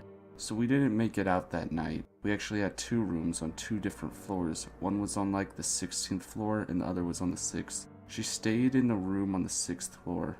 There was a DJ playing a show in our hotel that night, and it was decided that we will go there for convenience. The maid of honor was one of those people that knew everyone one way or another, and an old friend was a promoter for this club. He was able to not only get us in for free, but to get a table with free bottle service. We thought this was the most amazing thing ever and took huge advantage of the free drinks. As many of you know, Vegas is very expensive. One of the girls, Danielle, and I go to the bathroom, and by the time we make it back to the table, our party has disappeared. Bouncer dropped us like a hot potato and told us, "This isn't your table anymore, someone bought it." We were pretty bummed because not only did we have to go to the general peasant area, but now we were all split up. Everyone was drunk and not really responding to text, and it was too loud to call. Hoping that the rest of the girls were together, me and Danielle stayed and enjoyed the concert until around 2 a.m. before walking back to our rooms. She was staying in the 6th floor, and I was on the 16th. We split up on the elevator to go to our separate rooms, but mine was already occupied by 4 of the girls, all passed out. I called Danielle and told her I was coming down, but she warned me that Megan was in the room crying hysterically and she's not sure what happened. As I get down to that room, we learned the truth. Still one of the scariest things to ever happen to someone I know. As told by Megan, I was enjoying the concert until I got split up from everyone. I decided to walk back to the room as I was very tired. I got on the elevator with several people and I was the only one that got off of my floor, or so I thought. I walked to the end of the hallway, and as I put my key card to the door, a man comes sprinting down the hall and tackles me into the room. The door shuts behind us. He climbed on top of me and punched me in the face several times before trying to knock me out. All of a sudden, Brittany, who was asleep in the room, wakes up out of nowhere and yells, "What the fuck?" She gets up and starts kicking the man. He thought Megan was alone, so naturally he freaked out and ran out the room. Her blood was all over the wall when I got to the room. Hotel security came and said something that gave me the chills. We were able to watch him on our cameras follow you the whole way through the casino and onto the elevator. He got out pretending to go the opposite direction just until you opened the room door. Then he charged. The whole time you were walking, he was just behind you, watching you like a hawk. It definitely seemed like he knew what he was doing. Thank God for my other friend not making it out that night. because Megan truly could have been alone and trapped in the hotel room with that guy. Also, the police never did find him.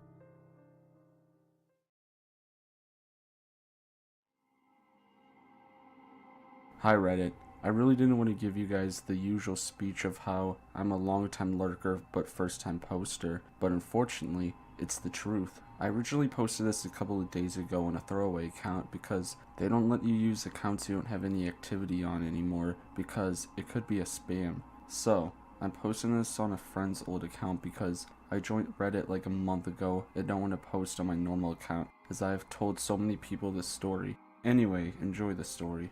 Sorry for the grammar errors or mistakes. A bit of backstory. My mom was a single mom and I was her only child. Me and her were super close all of my life and we used to live in a pretty dingy apartment in the middle of nowhere. At the time, she was a nurse at a nearby hospital and would work night shifts, so anytime there wasn't a babysitter, she would just let me stay with my aunt and cousin, Lily. She was never cool with leaving me in the apartment alone. Eventually, my mom started dating Todd, and eventually, they got married. So I went from living in this pretty horrible part of town in this old rundown apartment to this gorgeous suburban house with a pool and a huge backyard and a safe community where everybody knew everybody. I also gained 2 stepsisters near my age. One was 13, the other was 17.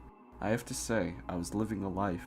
However, I really wanted to stay in the school I was already in, as that was where all my friends were, and I felt really happy. So my mom decided it was best that I stay there. Todd was a music teacher in a different high school nearby. His daughters went there too. This story took place during the start of summer in 2010. I was 15 and I just got in my summer vacation. At this point, my mom had worked her way up to working daytime hours, which were usually more favorable. My school got summer vacation a week or 2 before Todd in the girls' school. Not sure why, but this meant I usually had the house to myself. The only thing was my mom still wasn't cool with me being alone. Even though the neighborhood was a lot safer and nothing went unnoticed, you never know what things might happen. That day, I invited my cousin, Lily, over for a pool party. She was a year older but went to my high school, so we were both on vacation. The day went normal. Lily was dropped off by my aunt in the morning before Mom and Todd went to work, and we lay under the sun for most of the day. Eventually, we got kind of sick of being in the heat, so we retreated inside.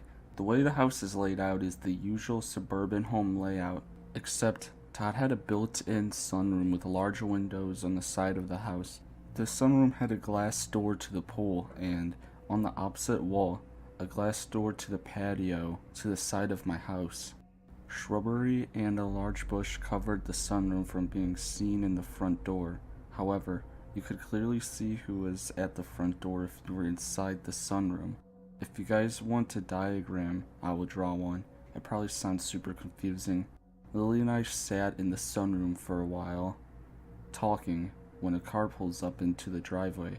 I sit up to see who's in the front seat, but the sun is glaring off the window of the car. Perfect.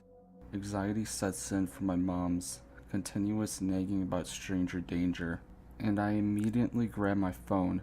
Lily tells me to calm down, and that's just probably someone on the phone who pulled in because they didn't see anyone was home. I begin to calm down. Then the man opens the door of the car, scans the front yard, and knocks on the front door. He was late 40s, early 50s, golden hair with a large bald patch in the middle, and a beard. It doesn't sound creepy, but something about his demeanor told me that he wasn't here for a good reason. My heart was pounding. Lily gets up to answer it when I stop her and tell her it's probably not a good idea. As soon as I say that, he walks away, but not towards his car, the opposite direction. I calm down as I think he is walking to my neighbor's, but then I realize he is coming in the side gate and most certainly see me and Lily through the glass windows, and before I even have the chance to process this thought, he comes out of the corner. His eyes meets mine. He gives me this menacing smile, speed walks towards us and begins to knock on the glass door. I don't even know how, but adrenaline caused me to jump up from my sofa and open the door. Fine day today, isn't it? He says immediately. I instantly feel the creepy vibes from this guy as he looks me up and down in my swimsuit. Yeah, who are you? I reply. Then he says, "Were you girlies out swimming in the pool?" I immediately shoot a worried look back at Lily, and she gives me the same one back. We both realize we have a creeper on our hands. "Were you?" He repeats. "Can I get a reason why you're here?" I say. Then he says, I'm just here to clean your pool. Someone in your house booked me to do it last week." I could tell he was lying. It's like he thought, swimsuit, pool boy.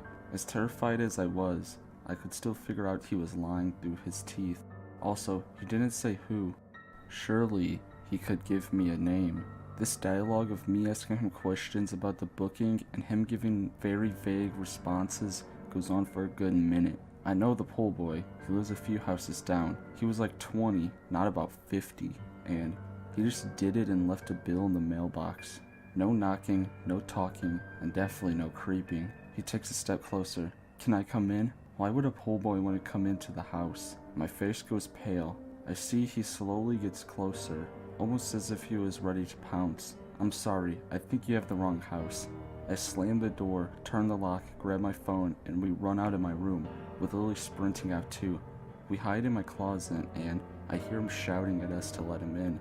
We can hear him trying to open the door on the pool side and on the patio.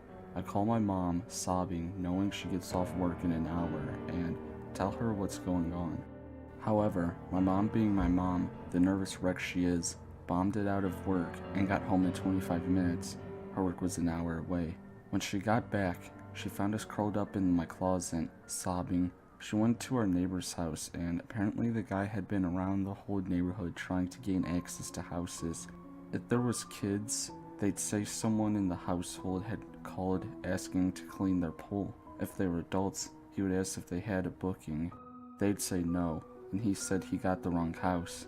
It was so scary. I had never experienced fear like that before. It was reported to the police, but of course, nothing ever came of it. To this day, however, I really don't think he was trying to burgle some houses. That sinister look he gave me never sat right with me.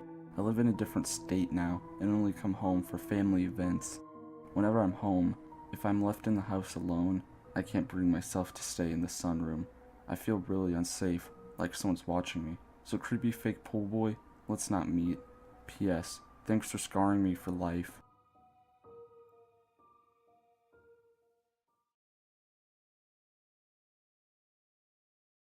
He stalked me across 2 different countries, so this is going to be a pretty long one. Several years ago, I was using a dating app.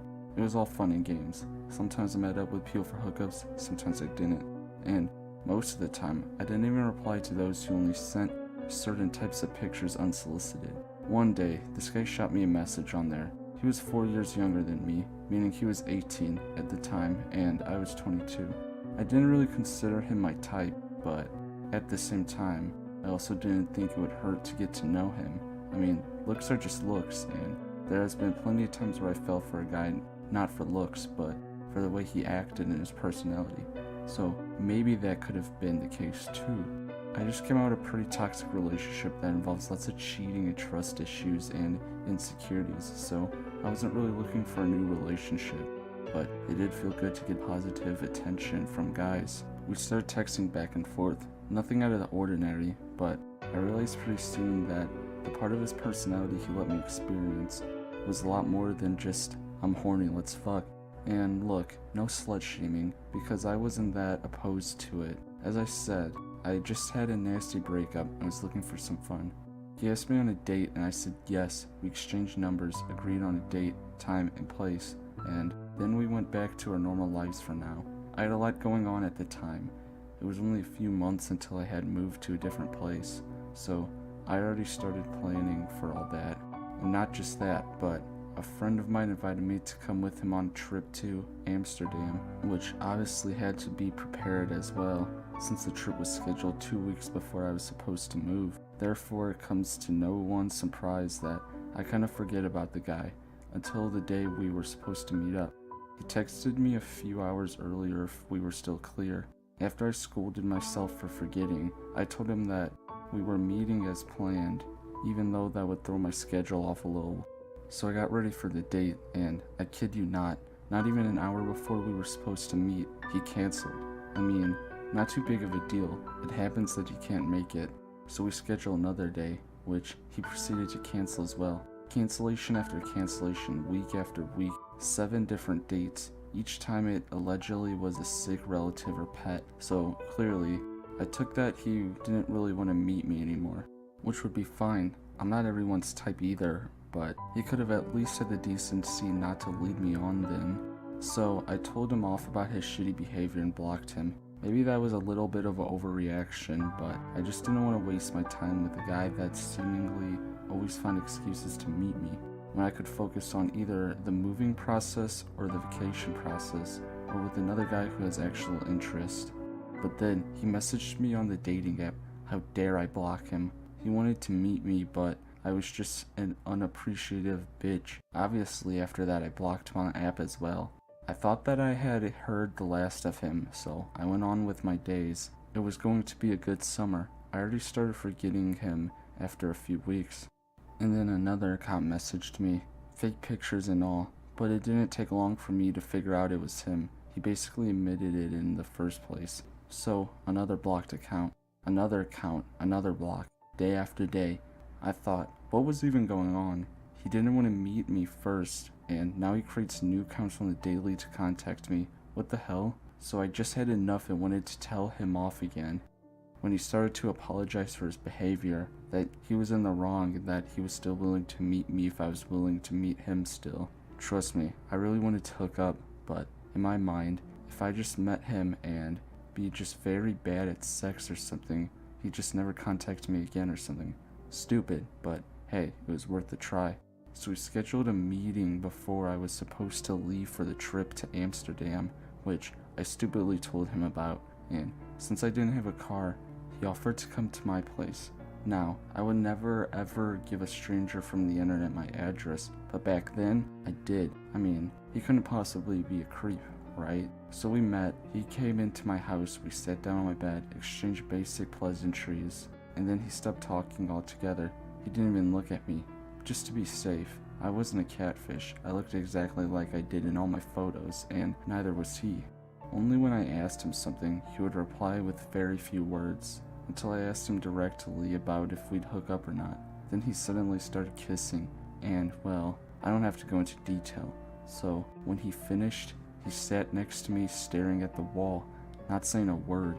At that point, I was pretty annoyed. I mean, I get being shy and all, but if it's that intense, how would you muster the courage to go out on a hookup? Anyways, after I went to the bathroom to freshen up, I told him my roommates would be back soon, so we jumped up, said goodbye, and just left. I got no other message from him after that. Fast forward to my trip to Amsterdam, my friend, let's call him Joe, had lots of fun roaming through the streets of Amsterdam day and night, relax on a pretty hotel, and do the usual shit tourists do. One day, we were just walking down a very busy road very close to the main train station, when suddenly I hear a car honk loudly next to us. The traffic light was red, so the person wasn't driving. I thought nothing of it and didn't even look until the guy started to call my name. The voice was very familiar, and the voice that belonged to it was still in my memory. It was my hookup guy. When I looked, he smiled widely and called for me to come over, but when he saw Joe, who at this point asked me who that was, his smile faded. I was dumbstruck, so I didn't say anything, but that wasn't necessary. The traffic light just turned green. People started getting pissed that my hookup didn't immediately go. So finally he focused on the road again and drove off. That was a hell of a coincidence, right? That he would be in Amsterdam the same time as me? But why wouldn't he say so when I told him my plans? If he didn't want me to know, why call out to me in the middle of a busy road? I didn't allow my mind to think about him intentionally going there to find me. That was impossible. He wasn't interested in me anyway, right? Back at home, my phone started to blow up. Calls, angry texts, new profiles. Didn't matter what I told him. Didn't matter that I threatened to block him again. He told me that I was a slut for going out with another guy, despite being in a relationship with him. That I was just like everyone else. That he deserved better than me. And then he said he had just been coming to Amsterdam for me, to surprise me. When I tell you I changed my number and deleted the dating app quicker than I possibly could have, I mean I sprinted to my car and drove to the closest shop to get a new number. Not long after, I moved into the new place. I had 2 new roommates that were both in the same college course as I was in. We got along fine, and the house is pretty big. One of my roommates inherited it from her mom. The moving went smoothly. I didn't get another text, and I didn't get any messages on my social media, and he didn't show up to my old place. Eventually, a few months later, I basically forgot again. For more context, the new house was in a village, not a small town, but a village. There were no shops, no nothing.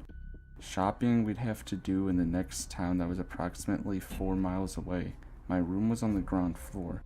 The window of that room was right next to the entrance door when you were looking at the house from the outside. And right beside my room outside was the carport. The ground was covered in gravel, and once anybody moved, the light of the carport would turn on. It was a pretty hot summer, so I sometimes slept with my window open. I wasn't that afraid because, once again, it was a very small village, and barely anybody would drive through here. So one night, I was just sleeping, even had my back turned towards the window, and then I started to hear someone walking on the gravel towards my window. I immediately turned around, and, of course, I saw a guy walking past my window, though he didn't look inside. He walked to the mailbox and seemed to throw something inside, then he left again. I was stunned for a few seconds, but at least it wasn't a murderer, I thought.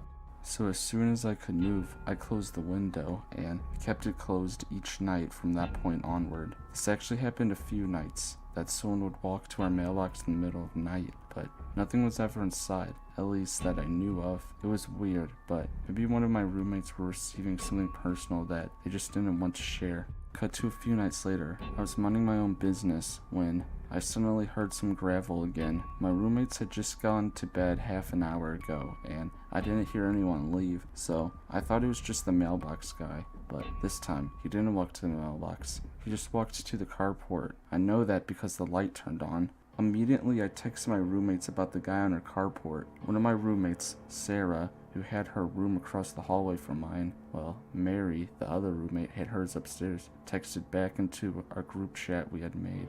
She told me that we should meet with weapons at the bottom of the stairs to investigate. I grabbed a scissor I had in my room and went to our meeting point. Turns out my weapons were the most useful since Mary came downstairs with a ukulele, and Sarah thought an empty plastic bottle could be used as a weapon. After laughing at the absurdity of our weapons, we started getting back in serious mode, going to the side door that led to the carport. Sarah looked through the window of the said door, but didn't see anyone. The light was turned off too. Just in that moment, we heard someone tampering with our mailbox again. Not gonna lie, I probably pissed my pants a little bit. Immediately, we ran to the front door, opened it, and looked outside. But there was no one, at least not that we could see. After a look in the mailbox, which was empty of course, we went back inside. Not even 2 minutes later, I got a text from an unknown number saying how cute I looked in my nightgown, that no makeup even made me look prettier. He hoped that I'd come out alone so we could have some more fun together like before I moved, but he was sad to find out 2 other people were with me. Needless to say that none of us slept that night. The police was called immediately and did a sweep, but no one was found on the property. He didn't exactly say it, but I know it was that guy. So I filed a report the next day. Nothing really happened with it, but since nothing else happened like that, I thought that he got the message when we called the police. Sometimes I still get messages from an unknown number, but they're pretty harmless and don't really bother any further when I ignore them. But the fear in the back of my mind that one day he could come back stays, of course. In the meantime, I took up self-defense classes, so dear stalker, we better never meet again.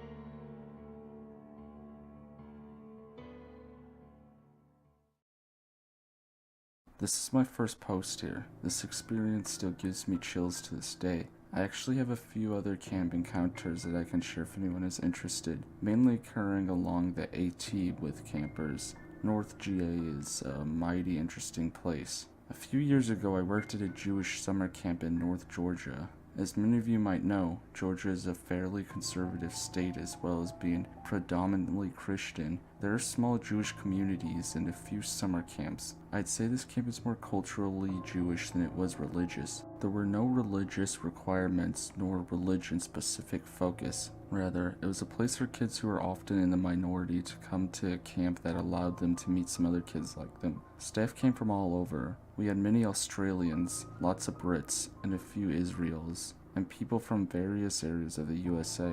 Each night at around 10, most of the staff were able to go out of town for a couple of hours. Enough staff remained behind to watch over the cabins we rotated. This particular night, a group of about 5 of us decided to go to a local bar and grab a few beers. It had been a hot day and was a humid night, so we decided to sit outside on a patio. For some backstory on the town, generally, we were extremely well received by the community, despite differences. We brought in lots of revenue for the town during the summer. We bought supplies at a local Walmart and often took the campers on tubing trips or occasionally out to dinner after a long hike on the Compilation trail. It was midsummer, so we'd been out to all the bars in the area many times already that season. The 5 of us sat down around a table, drinking and discussing the events of the day, as fellow employees would after work. About 30 minutes in, a white man in his 20s came up to our table.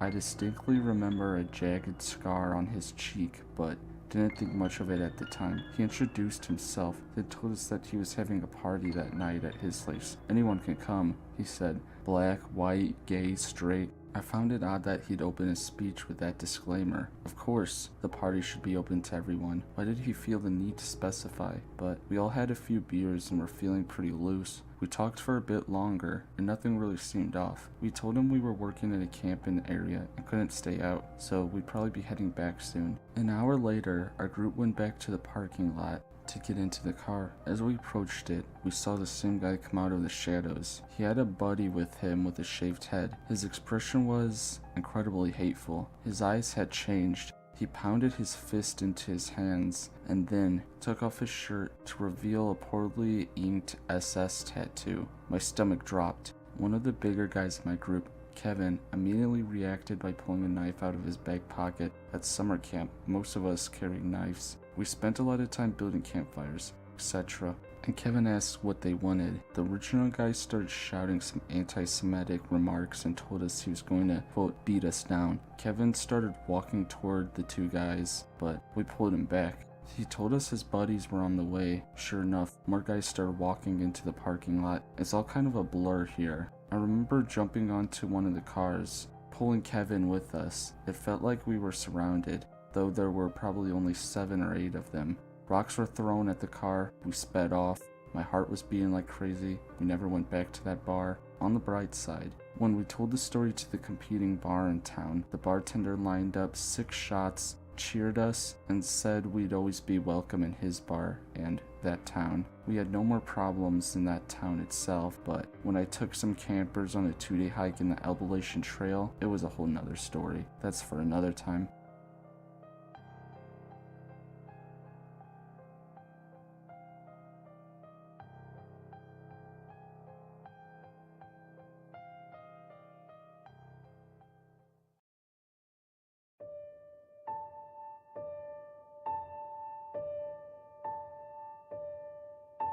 I recently decided to look back at really old live journal entries. Remember that? The online diary? And was reminded that I dealt with a lot of creepers when I was younger. The one below was definitely the worst, mostly because, now that I realize, I was being groomed to slowly cave to his request, or he would get annoyed and guilt trip me, and or try other methods of manipulation. Anyways, I was a prime target for older guys when I was young. I was introduced to internet at 7, before really the dangers of the internet were really known, and I became very savvy at skirting the parental barriers and restrictions that had been put in place for my online safety. This was back in the days of AOL, where role-playing in public chat rooms was pretty common. In this particular story, I was 14, lonely. I only had 2 friends, Anna and Cherish. I had no self-esteem, I was a slightly chubby kid, and I was just unhappy in general. I was very flattered when older guys found me interesting enough to talk to me for months at a time, sometimes even longer. The main villain of this story was in his late 20s, and had known me online for about a year, possibly more. We met in one of the role-playing chat rooms on AOL, and eventually realized that we lived in the same state, though he was about 30 minutes outside of my city. He just went by the username Kane. He was tall, lanky, and had black hair, and wore a dark cabbie hat. He always looked brooding in the pictures he'd sent me. Our friendship started off very innocently. I enjoyed role-playing my original characters with him, and he was interested in that as well. Eventually, it progressed to regularly talking out of our roleplay characters and becoming real friends. As time went on, he started pushing to roleplay more sexual situations with me, which I refused, and eventually, he would tell me sexual things he wanted to do to me, which scared the hell out of me. I kept brushing it off because when sex wasn't the forced topic of discussion, I otherwise liked talking to him. I was very active on LiveJournal at this time. It was 2002, so while I have little proof in terms of pictures or chat logs, because I deleted them all when I finally realized how predatory this guy was, I do have old LiveJournal entries that describe the relationship we had and how anxious he made me, despite the fact that we talked/roleplayed pretty regularly. Started the chat logs. December 3rd, 2002. Roleplayed with Kane today. Wasn't bad. He's happy I brought his favorite character back to roleplay with. He's been less annoying, but then he began to bug me about meeting him again. I've been trying to avoid him because he usually tells me what he wants to do when we begin to see each other in real life, and it usually involves something sexual. I'm sure I could get out of it if I met him, but I don't know if I want to take the chance. Next entry, December 05, 2002. I got out of roleplaying with Kane today. It's not really bad. Our roleplay, I'm unwilling to do anything sexual, and he still bugs me about it, but I still won't. But he wants to roleplay, like every minute, so I snapped at him today. He said sorry, and then called off for the rest of the day. Finally. End of chat logs. There are a lot more entries in the same vein as above, but those give a pretty good representation of how I felt about him. I felt obligated to keep talking to him though, because, there was this older, sophisticated guy who thought I was worthy of his time. Obviously, my mindset has changed a lot since then though. So, at some point between December 3rd and December 14th, I had caved into his relentless pestering and agreed to meet with him at a movie theater that I frequented with my family. This was mostly because he knew the apartment complex where I lived, but not my apartment number, and had threatened to stand outside the apartment gates and wait for me to get home from school. Related tangent. He didn't have a car and lived at home, so his mom would have to give him a ride. Anyways, but a day later, I backed out of the agreement because I couldn't get rid of this deeply unsettling feeling that had grown once I agreed to meet up, even in a public area. Needless to say, he wasn't happy, but had stopped bringing it up regularly, and we continued chatting as normal. He was still paying attention though, and I was in the habit of putting my stuff in my AOL away message that described what I was doing, like going to the movies would be up for instance. Of course, it was at the movie theater he knew about though. Journal entry, December 14th, 2002. I came so close to meeting Kane today, so freaking close. I saw him. I left the movie early to go to the bathroom, and I saw him. He was facing the other way. I saw him and I ran. Now my mind is racing and I'm feeling so guilty. I didn't want to meet him. Online he makes me nervous enough, but real life? I told him that we'd be going to the movies today, not realizing that he'd try to meet me. He was inside the lines, which means he paid for a ticket to get there. I passed him, so close. I could have reached out my hand and grabbed his arm, but I didn't. I walked by, next to my sister, hoping he wanted to stop, and he didn't. I recognized him, but he didn't recognize me. Now, what do I tell him? He paid money to get in there. He and his mom drove a half hour to get him there. What do I tell him? I can't get online on any screen name that he knows, because he'll be online. He is online. Should I tell him that I saw him? Thought he saw me, but he passed by? That is the truth. I didn't call out or go back, because 1, I was nervous. 2, my mom was already out the doors and my sister was pulling me along. Should I just tell him I didn't see him and then I went out back for a cigarette? That won't work. His mom was out back. I saw her too. We parked in the back and left out the front. He had both exits covered. I know his mom saw me. She recognized me. What'll she tell him? What should I tell him? I'm wondering, what would have happened if I had walked up to him when I left the movie early? Because I could have. I ran. But what would have happened if I did? At this point, I still don't have the courage to stop talking to him, but I did at least tell him again that I wasn't comfortable meeting up.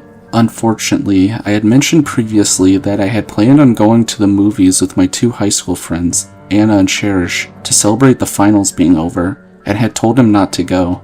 December 19th, 2002. He was there, again. Kane. He said he wouldn't be. Shit. I didn't see him until Anna told me, Steph, look over there, on the bench. Is that him? Meaning Kane. She's seen him in a picture, and I freaked out. I'm positive. I looked like deer in headlights. I stared, glanced away, stared again, glanced away again. He stared right back. I almost ran out the door, and I was really close to making it all the way to Anna's car. Kept looking back at the theater, wondering if he was following. He said he wouldn't be there. I wasn't prepared. I can't meet him yet. How will I explain this? I could say I didn't see him, and I wouldn't have if Anna hadn't pointed him out. Damn it, this just ruined it. Seeing him after the movie, it ruined it. But then, after seeing him, it was hard to think about the movie. I just wanted to run. That's a sign. As Cherish said, I really don't want to meet him. I'm scared to meet him. What do I tell him next time I see him online? It'll be a while. I just blocked him. I'm hiding. Only those on my buddy list can instant message me, so I removed him from my buddy list. Crap. When I calm down, I'll post about how great Lord of the Rings The Two Towers was. I also saw someone videotaping it in the theater, lol. Until then, I need to calm the fuck down. I vividly remember the terror I felt when I saw him, both times. This time, I gave myself a couple of days to recover before talking to him again. December 2nd, 2022. I'm talking to Kane right now. It's been bugging me to no end that I ignored him, and haven't figured out yet whether he saw me Thursday or not. So I took him off ignore, just now, and he said he didn't see me. I didn't tell him that I saw him. Apparently, the girl staring at him weirdly wasn't news to him. Kane said, everyone who went by looked at me like, what the hell is this kid sitting here for? I keep saying I didn't see him, because, really, if it wasn't for Anna pointing him out, I wouldn't have. Kane replied, I looked everyone over, never saw you. This is weird. Am I destined to never see you? Then he messaged, this is fate, damn it, isn't it? I'll keep letting him believe that. But suddenly, talking to him, now that I've gotten the whole did he see me thing cleared up, I'd rather stick him back on ignore and not talk to him for a very long time. I think that it's because I came so close to meeting him again, and this time, he came very close to recognizing me. I'm gonna end up ignoring him for a while now. End of journal entries. I never took him off ignore. At some point, I moved on to another screen name, forgetting to tell him my new one, and we lost touch, permanently. I no longer live in the state that it took place in Arizona, but it took years before I stopped fearing running into him while I was out and about. Thankfully, 15-year-old me learned from that encounter, and I was/am much more careful about the information I give away on the internet.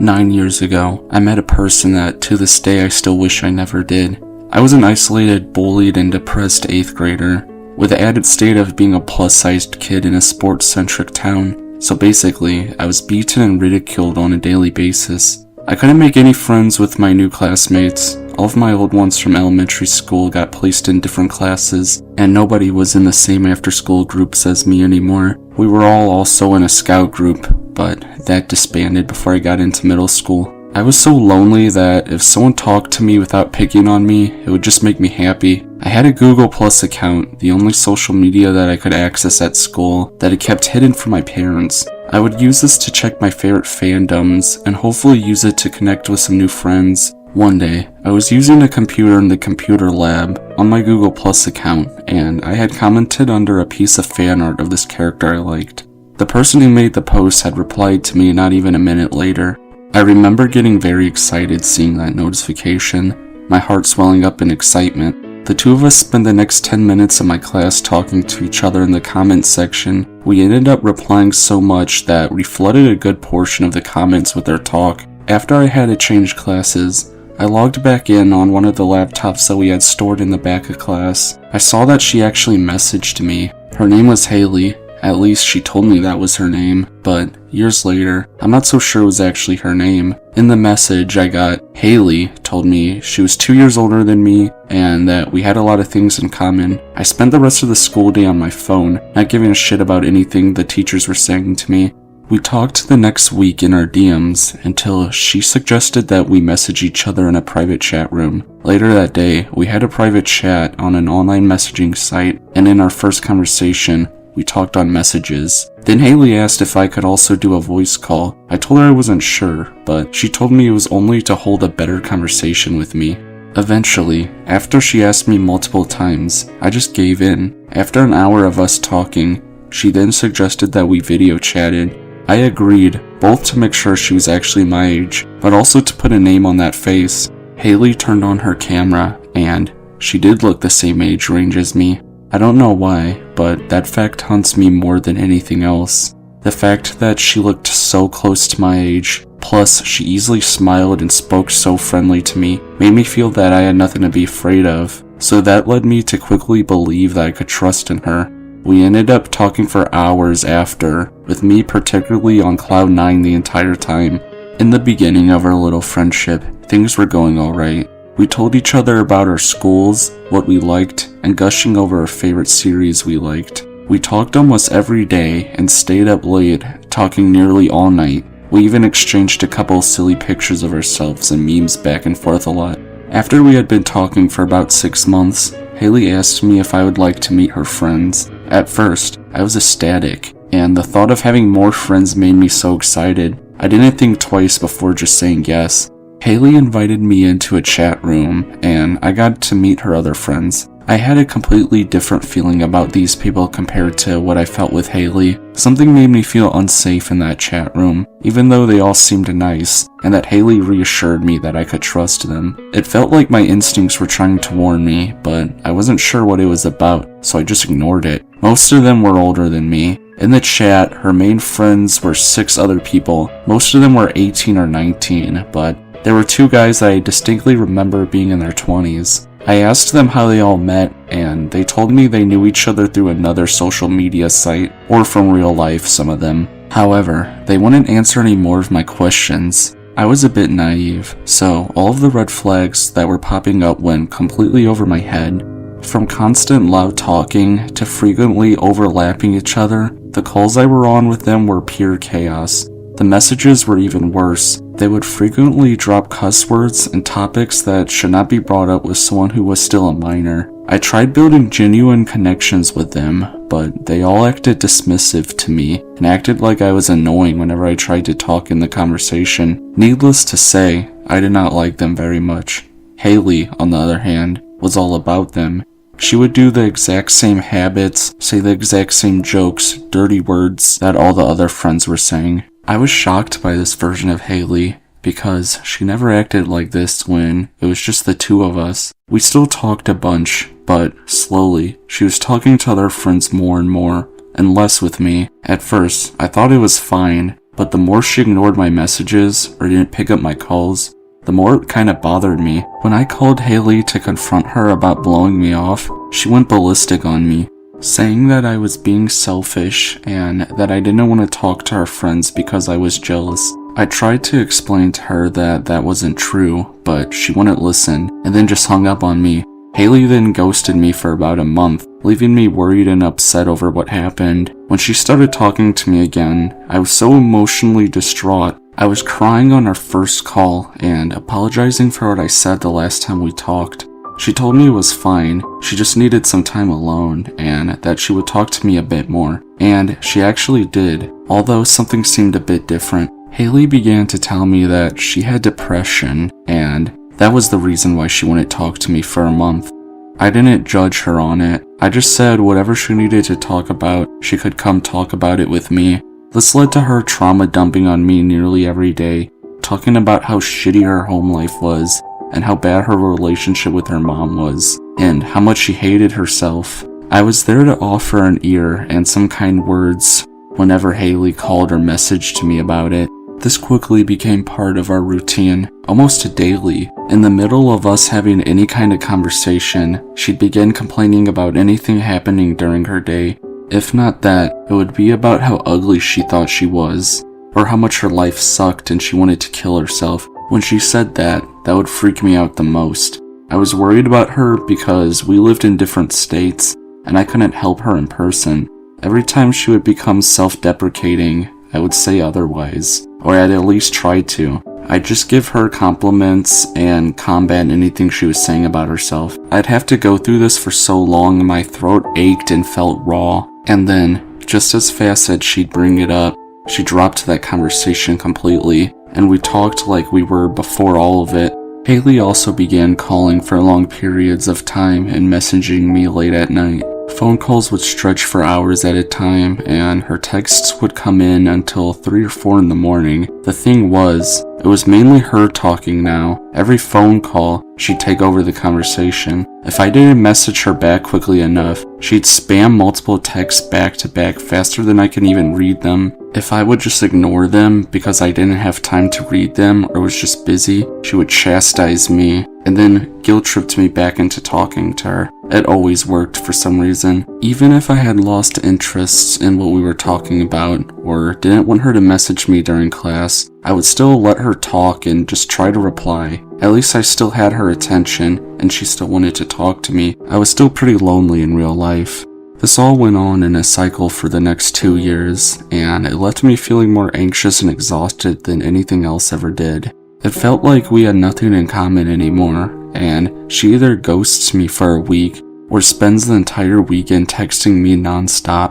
The topics of her self-worth have also gotten way worse at that point. They escalated to her messaging me shit like, "Goodbye," or "I can't live like this anymore," without responding anything for the next few days. Alongside all of that, she would send me pictures of her cutting herself, telling me how I felt about it, and that it was my fault that she was doing it. The sight of those messages would send me into panic attacks, and every time I would panic and message her after, I would be sent into tears. Not only that, the group chat with her other friends got worse. The arguments broke out frequently, drama and gossip spread like an oil spill, and it led to people being blocked/unblocked almost every few days. I still hated talking to them. They began ganging up on me in messages, and Haley was often the first one to make rude jokes about me that they would all laugh at. I began getting sick of it and would stop messaging and calling both Haley and her friends, despite her begging me to. One night, while the group was in an argument over text, I was hitting my breaking point.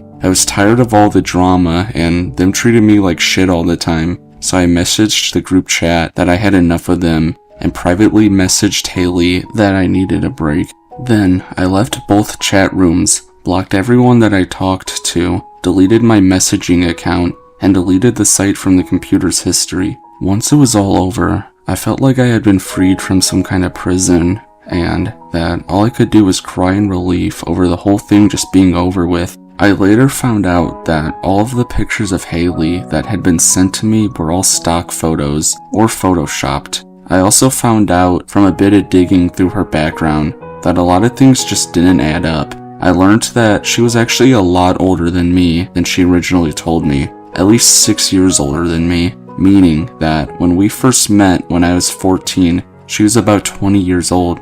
Many of our interactions still haunt me, especially the pictures she would send me of her self-harm scars and her scathing, self-deprecating messages. For almost 3 months, I would have nightmares about Haley getting back in contact with me and what she would do or say to me. I have many better friends now and am absolutely certain that I will never have to hear from Haley again, but sometimes I still wonder who that woman really was and what it was about me that she was really interested in. Hopefully I won't ever find out. So Haley, if you're somehow reading this story, let's not meet again. Edit. For clarification, the way I found out those pictures were stock photos was when I was looking through some of the old downloaded files on my computer, and I saw some of the old pictures that she would send me. She would claim that they were her family and friends, but after reverse image searching them, I found out they were stock photos.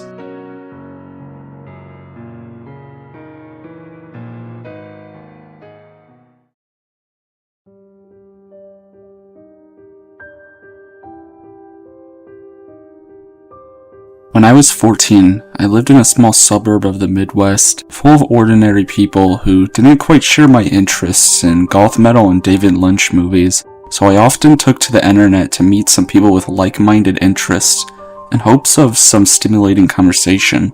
Add to that, I had recently came out as gay to a couple of my close friends, along with my mother, who did not take the news well at all. I didn't know any other gay people in real life, so at the time the internet felt like the only place to meet other people sharing similar experiences. This was back in the days of dial-up, when it wasn't too uncommon for strangers to strike up IM conversations based solely on their AOL profile. One day, I received a message from a guy around my age named Steven. It started off pretty normal. We talked about our favorite music and movies, how much we hated school, and all the celebrities we thought were cute. He eventually revealed that he was 16 and was living with his older brother because his parents had kicked him out of the house for being gay. I thought it was cool to meet someone who lived so nearby and that was old enough to drive and didn't even live with their parents. So we decided to meet up after a couple weeks of super long chat sessions. I knew my parents would not be cool with me meeting a stranger from the internet, so I lied and told them he was a mutual friend of another friend that we already knew and trusted. Once the plan was set, he showed up on a Friday evening in an old beat-up pickup truck. To my relief, he didn't look like an old creepy catfish stalker. In fact, he looked just like his pictures. Red hair, goofy smile, but definitely not unattractive. We went for a ride, grabbed a bite to eat, and stopped at a guitar store, and then caught a new movie at the theater. I was so excited to have a friend with similar interests who knew about the pressures of being gay in a small town, and that was happy to chauffeur me around. I had decided that I didn't want to end the fun once curfew drew closer, and asked if he wanted to crash at my place for the night. I had a bed that could be pulled out from underneath my bed, so he could sleep comfortably without the pressures of having something sexual happening. After watching a DVD, we both passed out for about an hour, when suddenly there's a loud knock on the door. My parents awoke to find a police officer, who was also a friend of the family, as my dad was a retired cop, standing at the door. I went out into the living room to see what was going on, and he proceeded to tell us that they received an anonymous phone call that someone in our house had been communicating with a wanted pedophile. My parents went into my room, where my computer was, and forced me to downgrade my AOL account to kids only, while my new friend slept soundly nearby. I told them I had no idea what they were talking about, but since I was pretty much the only person using the internet extensively in our family, they said I would be banned from regular use until the mystery was solved. The next day, Steven and I were out for a ride, just enjoying the day, when all of a sudden we passed by an oncoming SUV who slammed on his brakes and did a squealing 180, only to begin tailgating us and honking his horn furiously. I was screaming at my friend to slow down and asking if he knew what the hell was going on, who this crazy person behind us was, and he just didn't say a word. We wound up in a high-speed chase for what felt like hours, but probably only lasted about 5 minutes in reality. Steven finally pulled over and jumped out of the car and motioned for me to follow, so I did. As we were getting out, the driver behind us headed straight for me and went to punch me square in the face, but stopped mere centimeters before actually hitting me. I pulled away from his shaking fist and saw a man who was in his late 30s, with eyes bulging out of his head, literally. I later realized that he had Graves' disease, which, if any of you have seen what it looks like, it's nothing short of terrifying, especially when it's on an angry man about to beat you to a pulp. This man went on to tell me that my new, quote, friend was actually 21 years old, and that he was his boyfriend. He then proceeded to tell me that I needed to stay out of their lives if I wanted to see the light of tomorrow. Once the initial shock and confusion wore off, I was absolutely broken. Scary Graves guy took off with Steven, and I was just left in the dust. I made my way home and didn't even say a word to my parents, just locked myself in my room and cried harder than I'd ever cried before. I felt pretty damn stupid and ashamed of myself for being so naive. I hoped the whole thing would just blow over without anyone ever finding out, but the story didn't end there. My sister and I had our own landline phone number separate from the main house phone that we shared, and kept that answering machine in my room.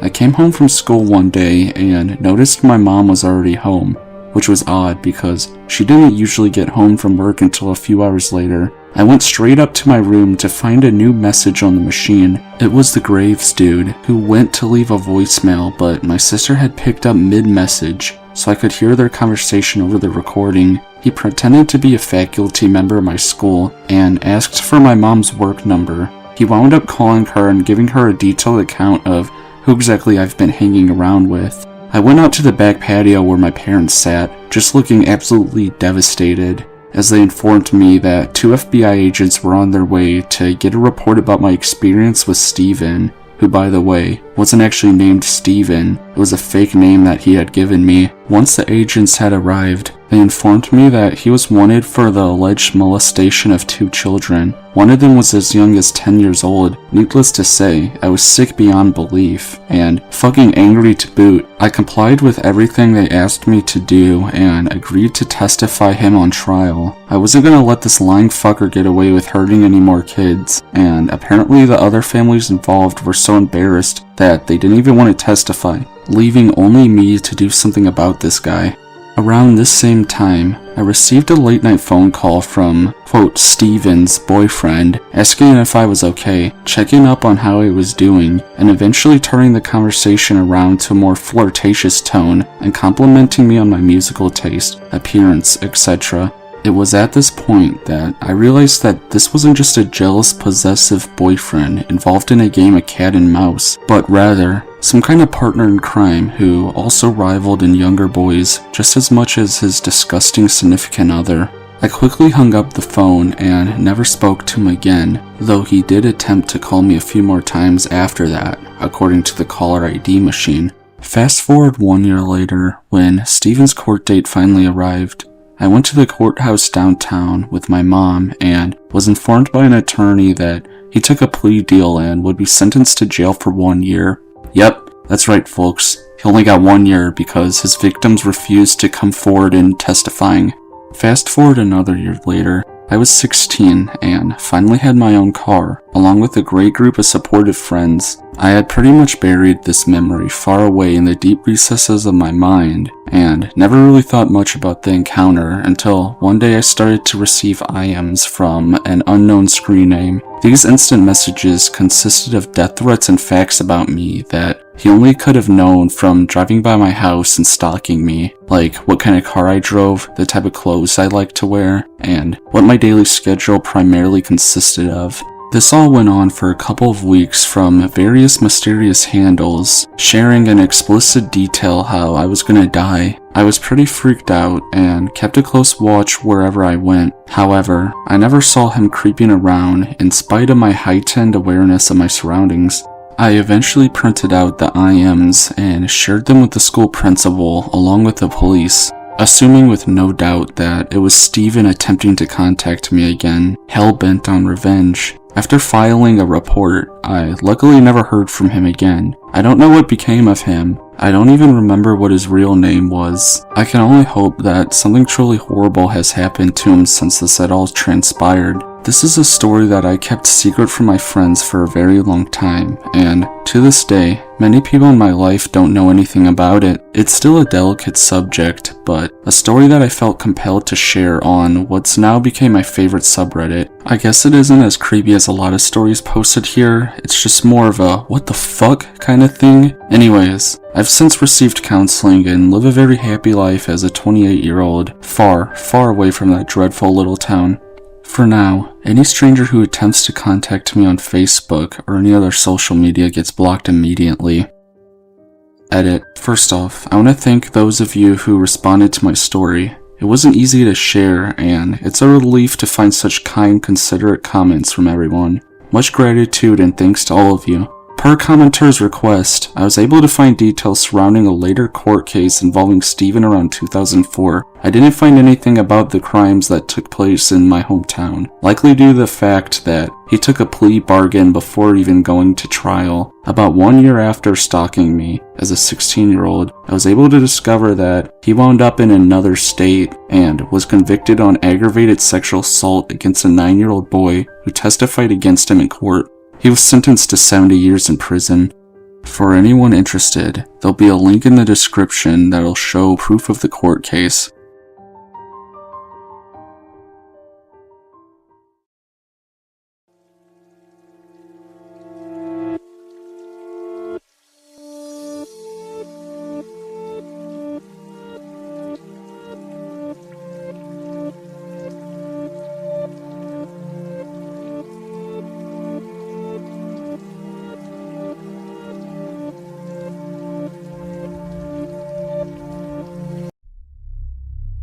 sister used to have an old teddy bear, and it used to scare the shit out of me. I don't know why, but it creeped me out. It was just so disturbing to me. The thing had eyes that looked so real. It was as if it was made from a real bear, and its face was just blank and unsettling. I started to get weird feelings about the bear when my sister first got it. She was only a baby at the time, and I was about 4. We had a dog, you see, and he had a habit of eating things, so my mother always had to put it up on a small cabinet in the corner of the hallway upstairs. Every time I went up those stairs, I saw the creepy bear suddenly glare around the corner at me, as if it was watching me. That wasn't even the weird part. It started getting really strange about 5 years later, at the age of 6 or 7. My sister had lost interest in the bear, so my mother just threw it in the old toy basket. The only problem was, the basket was in my room. When I was 9, I was old enough to stay on my own and go to bed without any assistance. I would get into bed every night and turn my lamp off. This is when it got scary. As I was getting some sleep, I suddenly remembered Mom putting the teddy in the toy basket.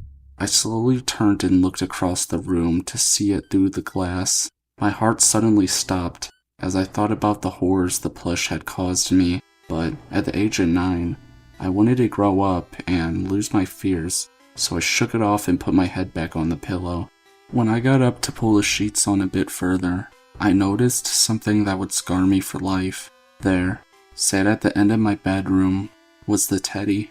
I sat there staring at it for a minute. My heart started beating normally again. When I needed to yawn, I closed my eyes. I opened them up again to see Teddy sitting closer to my bed. At this point, I was really freaked out. I started to move back to the wall and looked around to see if there was any sign that anyone had come in. When I looked back to see the teddy on the end of my bed, I was so startled that I almost fainted from fear. When I blinked, it was gone. I looked around. To my relief, I saw no sign of it. I sat my head back down on my pillow, hoping for some sleep. Then I opened my eyes. It was above my head, staring straight down at me. I screamed as it lunged down at me. I will never see a bear the same way again. A few years later, after years of horror, I burnt it. I sat in enjoyment as the bear turned into smoking ashes in my fireplace. I have lived my teenage life through adolescence. The only thing that I could remember that was in any way similar to my bad experience was when I watched Train Spotting. That fucking baby scene shocked me so badly, but other than that, all was well. When I turned 19, I was about to move into my new home. I had been given the keys to the house and was ready to set up my furniture. After hours of carrying, I carried the final box from the removal truck into the front door and shut the door behind me. I turned to go into the kitchen and put it on the table. I opened to see a cabinet. I took it out, walked into my new living room, and placed it in the corner. Stared at it and thought to myself, I don't remember packing this cabinet. I didn't really care that much, as I had just moved into my new home. I walked back into the kitchen to grab my television and brought it into the living room, where I saw it, the teddy. It just sat there, staring at me, again.